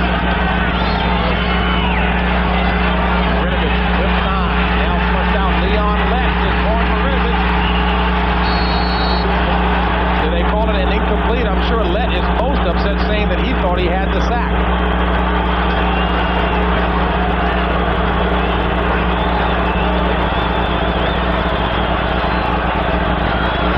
Like it was just an incompletion, and you know Leon Lett is most upset with that. He was looking for his second sack.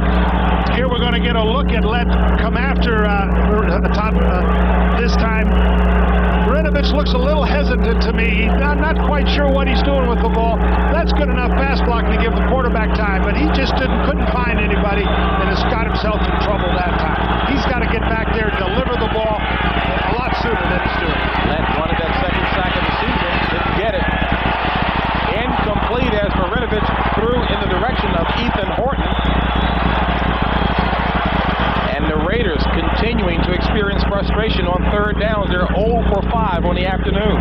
What they're going to have to do with Todd now is to settle him down a little bit. The last 2 plays were not particularly impressive calls by him. He had a chance to get rid of the ball. He held it. Then on the 3rd down, he threw the ball right into coverage. That's what youth does for you. They can make big plays, but at times he doesn't have the patience to take what's there. That was almost a potential game turner right there if that would have been an interception. Gossett on the punt. Cowboys ought to come away with good field position here. 2:49 left in the 3rd period of play. Kelvin Martin from the 34. Finale, a flag on the play. Martin has the punter to meet. And tackled around near the 15 of the Raiders, but there is a flag. A 52-yard punt return by Kelvin Martin. Finally tackled by Dan Land. You know, James, way back here on the near side. It's amazing to me. The 2 punters for these teams are 2 of the very best in the NFL, and they're both having just terrible days. During the run back, holding number 37, 10 yards, spot of the foul, 1st down. But that run back was created basically by a poor punt. There has, since early in the game, the punting has been very much below par. They're giving the returners an opportunity to make big plays. Unfortunately, there was a penalty on James Washington for holding. It looks like that's about a 50-yard penalty there. Negating a 52-yard return by Kelvin Martin. Martin did have and does have a 79-yard return for a touchdown to his credit. Boy, he was looking to add that one to the stats. 1st and 10, Dallas. Ball at the 31 of the Cowboys. Smith and Johnston in the backfield. Aikman to pass. Complete to Johnston. And Johnston across the 40 to about the 42, so a pickup of 6 on that pass play will bring up a 2nd and 4. 2:20 left in the 3rd period of play. Cowboys on top 14-13. What's impressive about the Dallas offense is they really work for rhythm. Short passing games, steady runs by Emmitt Smith, and yet we've seen them make some big plays today. When we talked to Troy Aikman yesterday, he was saying the thing that he was most concerned about, they hadn't made the big play, the big throw, and they got one earlier today to Hart. Out of the I formation, 2nd and 4. Smith. And Emmitt Smith is not going to be near the 1st down marker. About a yard shy. A pickup of 3 by Emmitt Smith. What do you think? Jimmy Johnson is very glad that he listened to Emmitt Smith and Johnston to talk their way back into the game. What he's glad is that he has Emmitt Smith on his side. And, and that's very impressive to me to see a runner. I think a runner probably has more physical influence on a football game than any other position because they take such a beating and they are so involved in the physical part of the game. To see him be injured and then come right back, he's going to have the ball here 3rd and 1. And Kevin Gogan reported as an eligible receiver, number 66 for Dallas. The pitch to Smith. First down. And a lot more. Emmitt Smith, excellent run by Dallas's running back, finally tackled by Nolan Harrison.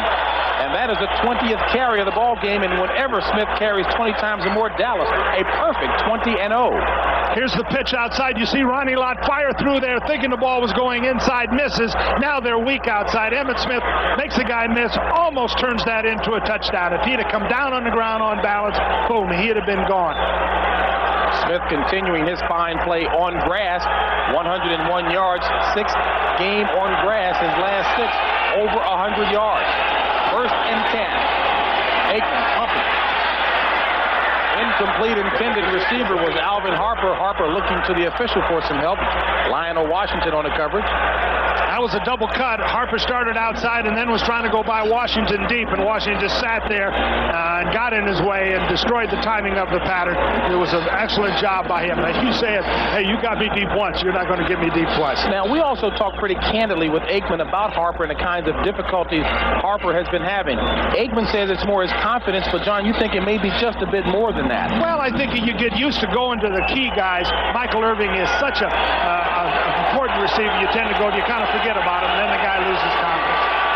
But he's also got some things to learn. And Emmitt Smith, maybe a yard. We'll see where they spot the ball, as we've got 12 seconds left in the third quarter play. And it's spotted back at the line of scrimmage. No gain. And the clock runs out, so that's the end of the third quarter with the score. Dallas 14, Raiders 13. Our coverage will continue after this message from your local station. And then Corky Bellinger and Mike Hance piloting the Bud 1 will use its Eye in the Sky camera. That coming up on November the 8th at the Rams versus Cardinals game in Anaheim. Now, I'm no tech genius, but I know the pictures certainly look good from here. This is a big play, James. They're close to being in field goal range. Third down and 10. Aikman to Irvin for the first down. Irvin inside the 20. And Irvin wanted more. A 26-yard pass play. The Raiders come with a blitz and leave McDaniel man-to-man on Irvin. Watch him push up the field. He's going to come in, push him. McDaniel has to lay off, and look when the ball is thrown. As soon as he came out of that break, turned in, and the ball was there for him. That's throwing and catching. And he is pointing to one of his relatives up in the crowd there and saying, yes. But that's the combination of a receiver and a quarterback really being in sync. First and 10 for the Cowboys. Smith dancing, still joking. Inside the 10, down to about the 8. Ricky Ellison finally stops Emmitt Smith. Boy, what weapons, John, between Irvin and Smith. And don't they use them well? They kind of work back and forth, occasionally include somebody else in it. But when they need it, Norv Turner, the offensive coordinator, goes to one of those two guys. And right now, the Dallas offensive line really is having a surge. They knocked the Raiders off the line of scrimmage that time to give Emmitt Smith the kind of room he needs to turn a 2-yard gain into an 8-yard gain. And 2.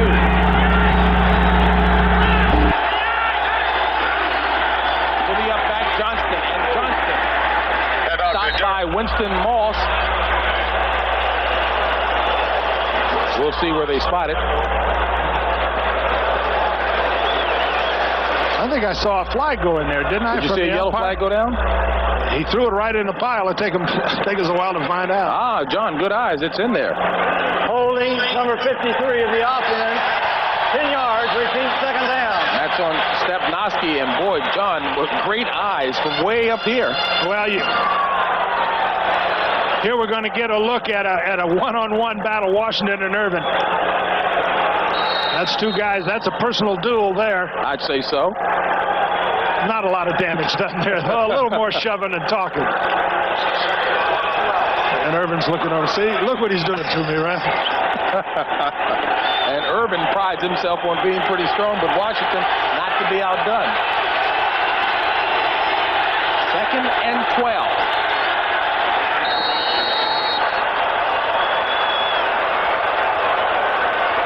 That time the ball came up, somehow confused Aikman. The ball must have come up on the wrong count because everybody looked out of sync there. Aikman just fell on the ball. They were down inside the 10-yard line. They get a 10-yard penalty. You know, it's just brutal when that happens to you. I'm sure Jimmy Johnson is saying, man, we can't have those kind of errors, because now I think they're going to be looking for field goals rather than a touchdown. Although if I were Dallas, I'm sure Michael Irvin is big in their plans. Got Washington setting out on him man-to-man. 3rd and 12 from the 19. 3 wide receivers, but Smith, the ball carrier. And Smith explodes, getting down to about the 7, and that looks to be more than enough for the first down. Ronnie Lott with a touchdown-saving tackle, a first down run by Emmitt Smith. And, John, I go back to the point that I made. Whenever Smith carries 20 times or more, the Cowboys are a perfect 20-0. Here's a passing down. You'll see the pass rush get up the field. Watch him just come outside of Howie Long, who's trying to rush the passer. Big hole. Great call. Again, I think Norv Turner had a field goal in mind. He certainly wasn't going to risk not getting points, but Emmitt Smith got him more than just a place for a field goal. He got him a shot at a touchdown.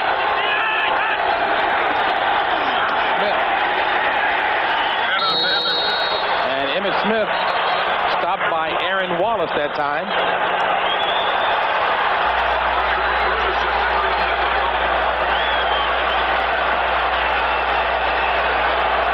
This is crucial for the Raiders, obviously. They need to force a field goal here. 2nd down now on the 7. Look for Dallas to come with a play-action type pass or a slant to Michael Irvin. He is so devastating on those slant patterns that that's something that they're willing to go even if everybody in the world knows it's coming. 2nd and a long 1.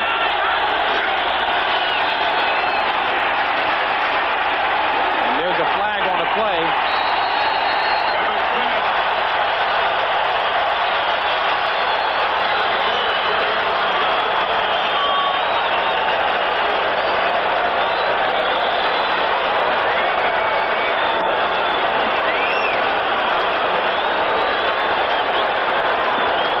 I think we have defensive holding because Ronnie Lott certainly is upset. On the play, there were 12 men on defense. Half the distance to the goal. Repeat, 2nd down. Well, that's one way to stop him. Well, or try to. It isn't if they catch him. The back judge is responsible for counting, and that time he saw it. You know, it's just a quick question of somebody coming in and not being clear to the guy coming out. If you have a variety of sets, sometimes it can be confusing. Now we're 2nd down. Here's a chance for the play-action passer. Again, not a bad idea is to give Emmitt Smith the ball a couple of times here. 2nd and goal. A bootleg by Aikman. Touchdown, Cowboys. There is a flag on the play as Aikman takes it across for his first rushing touchdown, and we'll see if it stands. I think it's going to be defensive holding.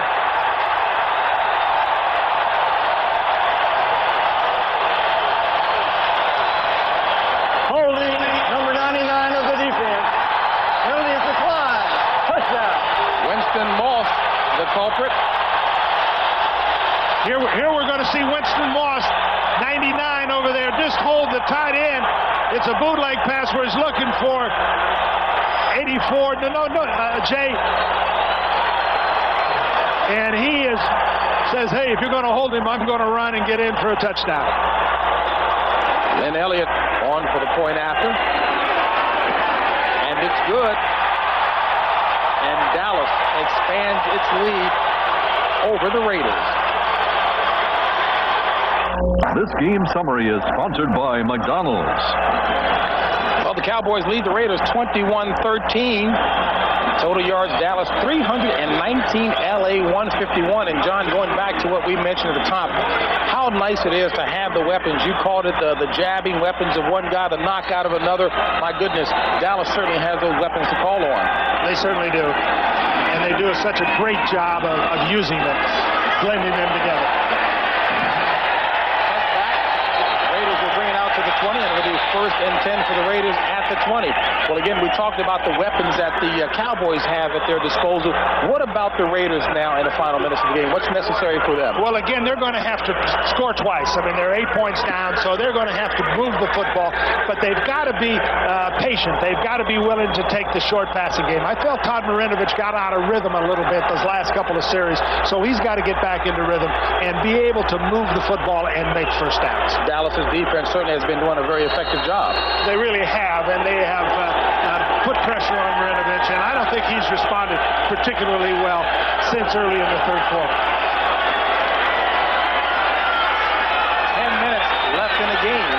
Marinovich back to pass and throws it complete to Tim Brown. A flag on the play as Timmy has the first down plus about 8 to spare.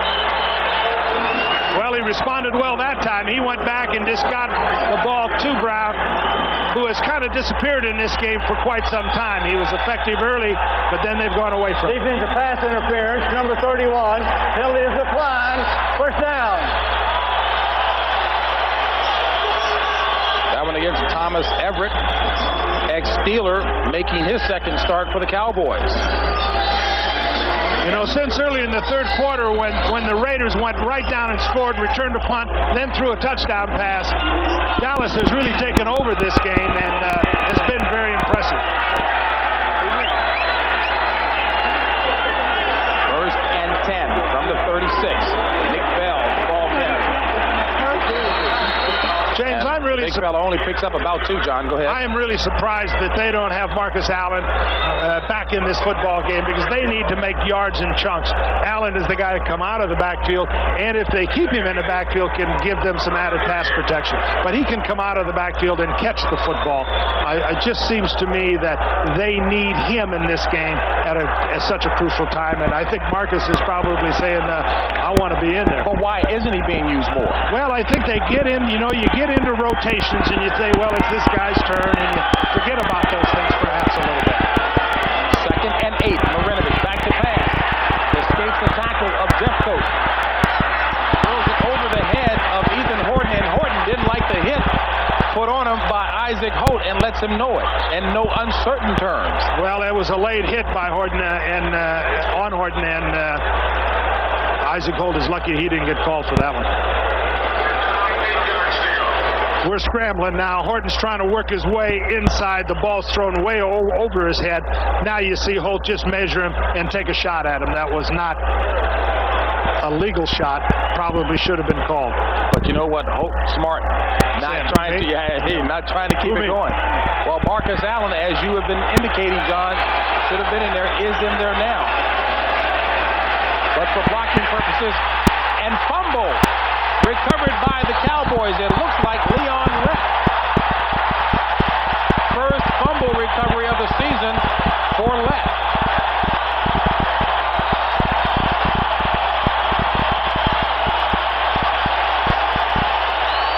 Here again, we're going to get a look at the pass rush.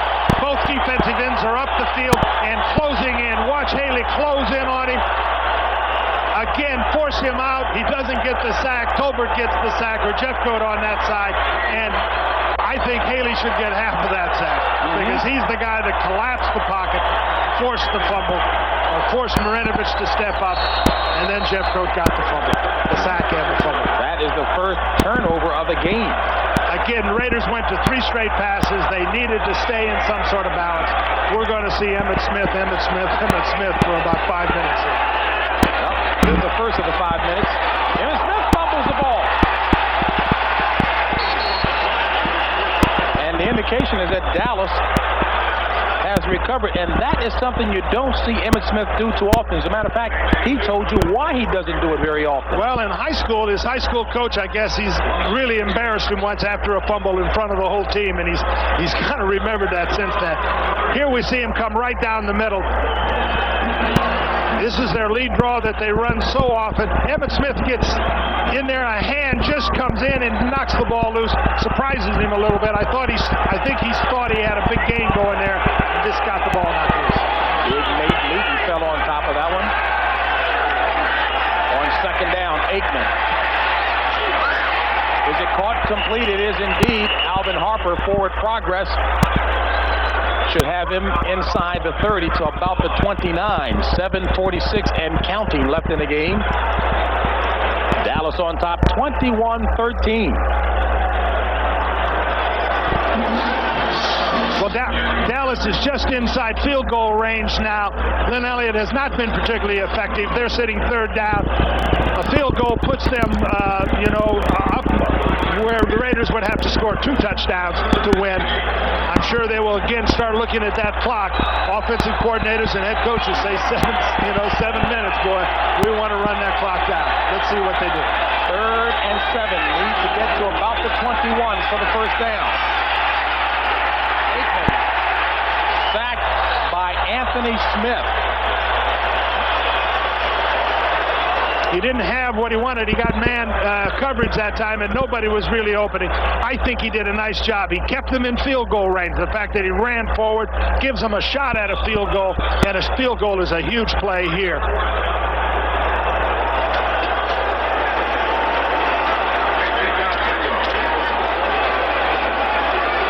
So Lynn Elliott comes on, his longest of the season, a 51-yarder against Seattle. This will be a 48-yard attempt by Lynn Elliott.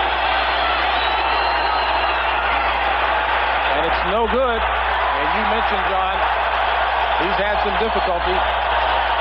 As he misses that one, Johnson's Cowboys still on top, 21-13.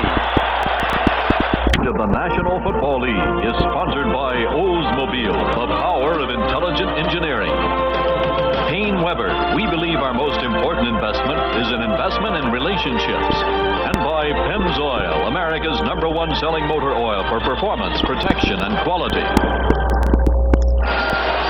Stadium with the largest seating capacity in the NFL, and right now, the Raiders need a little magic. We'll take a look at Magic Johnson. Raiders trail 21-13 with 6:27 left in the game, and a sack. Give the credit to Tony Casillas. Tony Casillas came right down the middle. I think he was singled on Todd Pete that time and just beat him and came up the middle. Marcus Allen stayed in the block to try to get some extra help on Jeffcoat. First sack of the game and of the season for Tony Casillas, a loss of 10 as you took a look at Marinovich limping there. Jay Schrader looks as if he may be getting set to come back in relief as he did last week against Seattle. 2nd and 20 to Steve Smith. And Steve Smith takes it up to about the 28. Ken Norton on the stop. The Raiders need to get the ball in the hands of their key football players. When you're down 8 points, Steve Smith is not the guy you want to get the ball to. Marcus Allen has to handle it. Tim Brown has to handle it. Willie Gold has to have it. They need somebody that gives them a chance to make a big play. But they're not going to make a big play unless they get a little better pass protection. Marcus Allen is in now out of the pro set.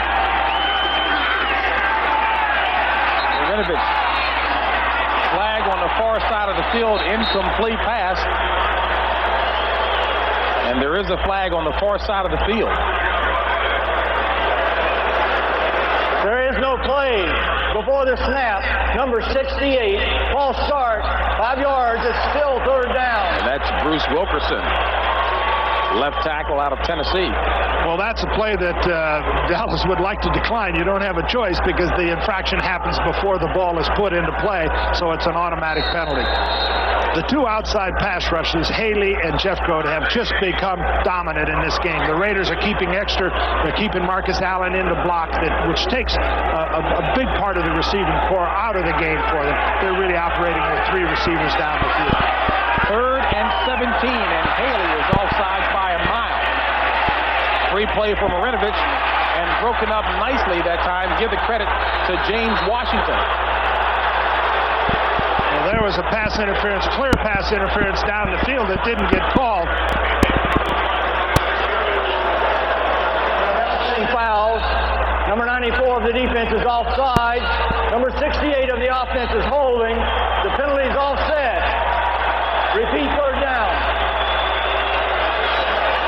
And here's the penalty that you were talking about, John, that was not called. I think, yeah, there are 3 penalties. This is a clear pass interference. I mean, he's just knocks him out of the way so he can intercept. That's James Washington, and I think that should have been pass interference.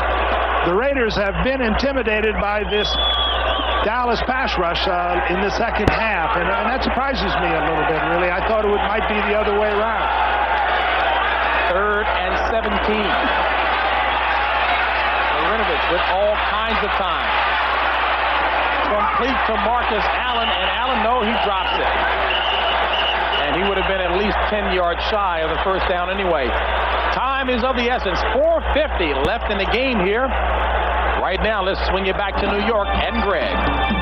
Well, James, the Eagles beat Phoenix today, helped by a great second quarter goal line stand. It is the 15th straight game the Eagles have held an opponent under 100 yards rushing. 7-3, Philadelphia, the final. The Eagles travel to Dallas next Sunday, and it will be here on CBS, JB. All right, Greg, and certainly the Cowboys know all about that visit. Cowboys are 10-0 at home and anxiously await the arrival of the Eagles.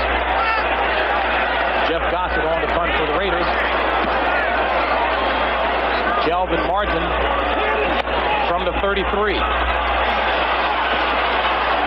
And Kmart pushed out of bounds at about the 44 by David Jones. It'll be Cowboys ball when we return.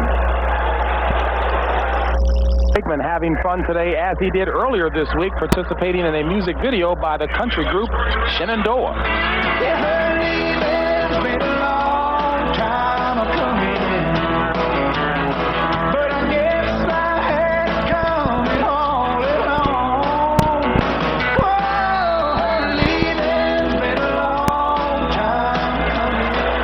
Aikman gets the girl in the video, and right now he's on his way to getting a victory. Nice stats, 208 yards passing. Cowboys on top with 4:40 left in the game.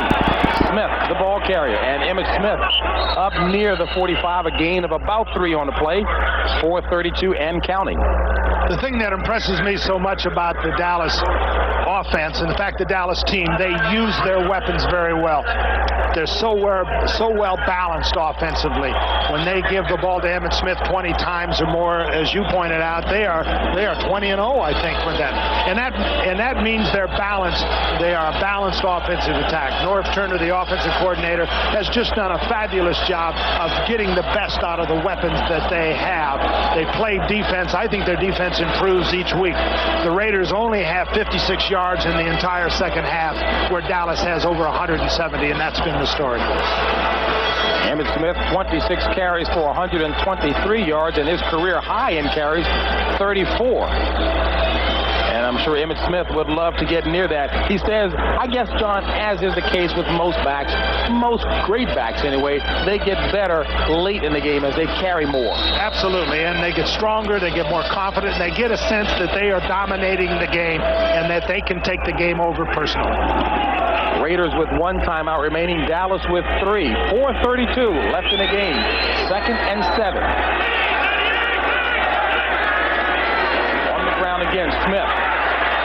Juking and gets maybe a yard on a play. And it looks like they may spot it for a no gain.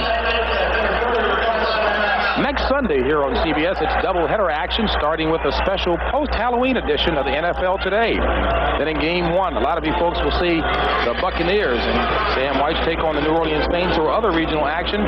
Then down to Dallas, where the Dallas Cowboys will host the Philadelphia Eagles. Others will see the San Francisco 49ers taking on the Phoenix Cardinals. It'll all be coming your way next Sunday right here on CBS. Well, as we said, that's a defensive lineman, and it looks like a Dallas Cowboy defensive lineman. Nice hairdo there. Huh? Yeah, and their defensive line was very impressive in this game, particularly in the second half. James, I think it's important that you and I disavow that picture of Terry Bradshaw and Gumbel and those guys. We didn't have anything to do with that. At all. If you guys are watching from back there. Oh, rest assured they are. No doubt about that. We confess somebody else did it, right? Raiders are now out of timeouts with 4:26 left in the game. 3rd and 7 for the Cowboys from the 45. Aikman backs the pass, complete to Novacek. First down. Jay Novacek run out of bounds at the 30 of Los Angeles. Ronnie Lott tried to deliver the big hit, but that's where the size of Novacek helped in that instance. Well, it's a look at Ronnie Lott, one of the great players. I had the good fortune to have a chance to coach him.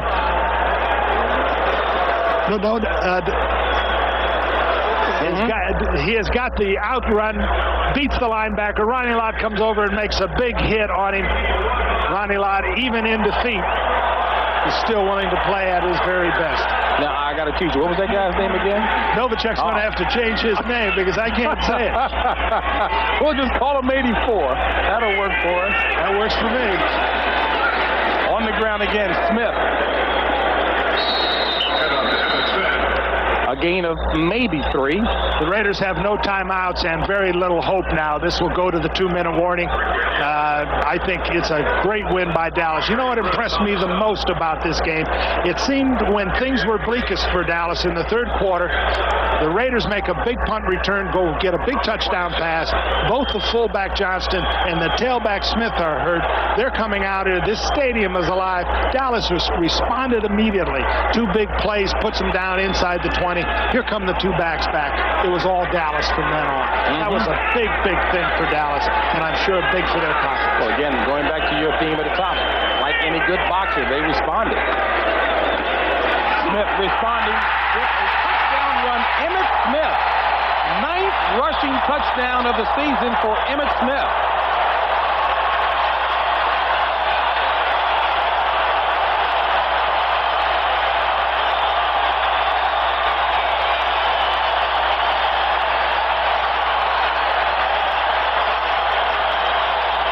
A 26-yard scamper by Emmitt Smith, and Jerry Jones, the owner of the Cowboys, applauds his effort.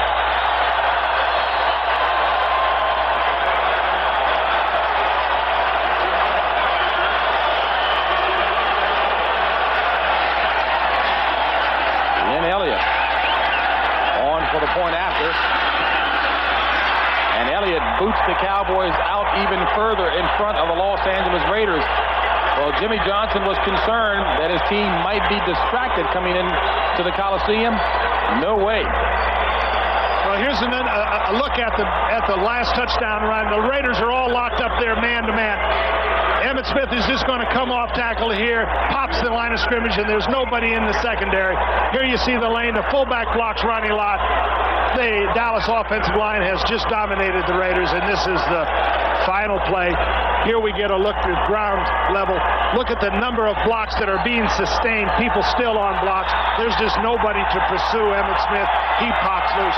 You know, we talked earlier at the start of the day that the Raiders would have to come out and physically dominate the Cowboys, but it's been the other way around. It's been Dallas who has been physically dominant. That's a surprise. If anybody has any doubts about this Dallas football team, this game has put those things to rest. They have come out and played efficiently and played physically. That's what really impresses me. And there's a very happy young tailback who did a good day's work. Interesting that he mentioned to us that he's not a great film watcher. He just likes to get out there and have a feel of the game. Well, I think he has those pictures in his eyes. He's able to see things as they happen. Alexander Wright across the 20 and dropped at about the 23. The Dallas Cowboys, as we promoted, will be hosting the Philadelphia Eagles next weekend at Irving, at Texas Stadium, and the Cowboys are 10-0 at home in NFL best. Well, they're going to be ready for Philadelphia. I mean, that's a big game. And the week after that at Detroit, I think, is a big game because Detroit defeated them convincingly in the playoffs. At the end of the season, they have 3 out of the last 4 on the road, and then Chicago. So those are 4 difficult games. But this is a club that looks like it has great poise, great work ethic, great coaching. Jay Schrader into the contest for the Raiders. And Schrader gives himself up at about the 28. Schrader, of course, has the deep arm, the good arm to throw deep, with 3:03 and counting left in the game.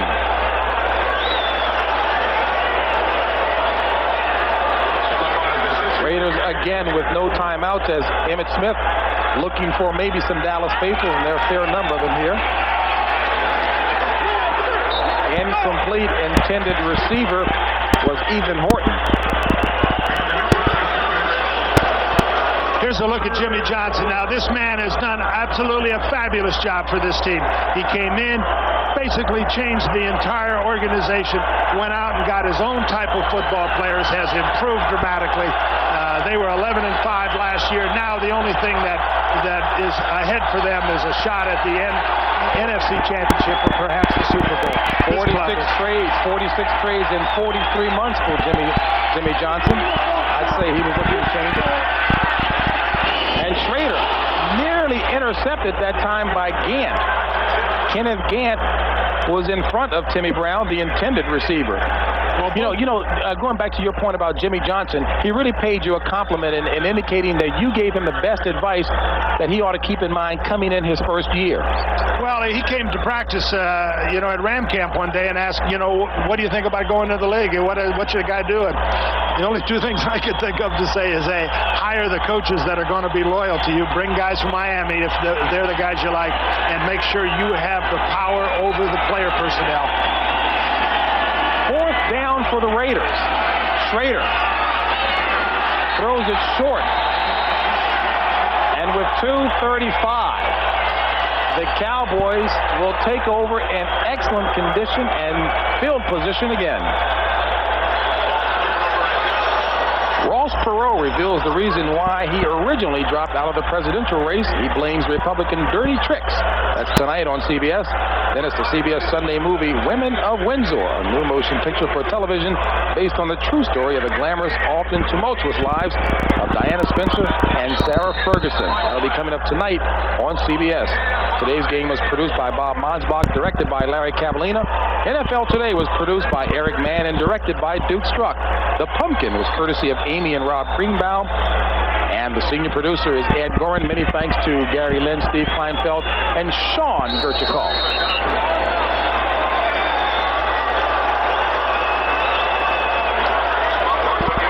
Well, this will carry us down probably to the 2-minute warning.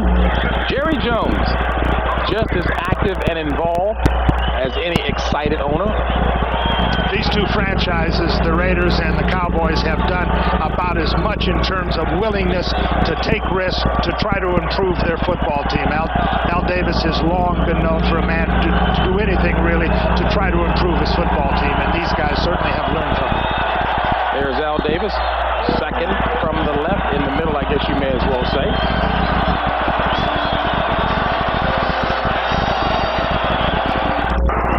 Die-hard Raider fans left in the Coliseum now, and of course a lot of Dallas Cowboy fans. Cowboys on top 28-13 with 2 minutes left in the contest. And John, I have to mention, as I was giving credits for the folks who are involved in this game, I forgot to mention my workout partner, the AD for the game, Suzanne Smith.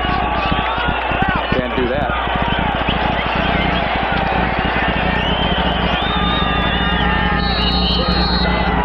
And there is the move by one Ken Stabler, who quarterbacked here, when the game moved. Miami trying to stay undefeated, nursing a 3-point lead over Indianapolis. San Diego, John, you said this is a squad you think will continue to get better as the season goes on. Yes, I think they're going to be dangerous late in the season. They have outstanding defense, and they're starting to put the offense together.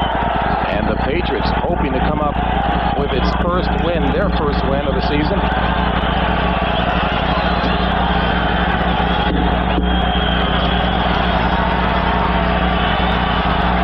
First time the Raiders and Cowboys have ever met in a league game here in the Coliseum, and the Cowboys have looked awfully impressive as their record will improve to 6-1. Well, this has been a big win for them. Again, people wondered sometimes, could Dallas beat the physical football team, Philadelphia Raiders, those kinds of teams, and boy, they have proven up to the match here today. I'm sure everybody in Dallas is looking forward to next Sunday. This football team is going to fly home enjoying this win, but I'm sure they'll start thinking Philadelphia pretty soon. No question about it. As a matter of fact, Jimmy Johnson thought that maybe the Cowboys would think that a little too soon, and was not the case, at least by the performance on the field.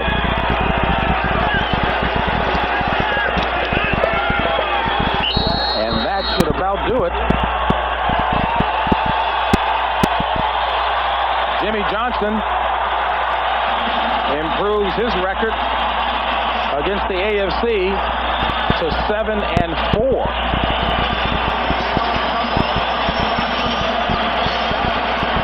And John, the clock has stopped at 28 seconds. I guess, was that a fourth down on a part of the Cowboys? It was, and the Raiders have got to score 2 touchdowns in the 28 seconds here and a field goal, and they can get right back in it. But that would be a miracle comeback. There's one of the great men in this league, one of the great football players. I was fortunate enough to be an assistant with the Raiders years ago when Art Shell was playing, and a man I admired a lot then and still do. An 89 inductee into the Pro Football Hall of Fame. And Jay Schrader down on one knee, so that will, in fact, do it. Jimmy Johnson heads across the field to shake the hand of Art Shell. And best friends Irvin and Smith celebrating the Dallas Cowboy victory. Cowboys improved to 6-1, still solo atop the NFC East. And we'll be back with the closing thought after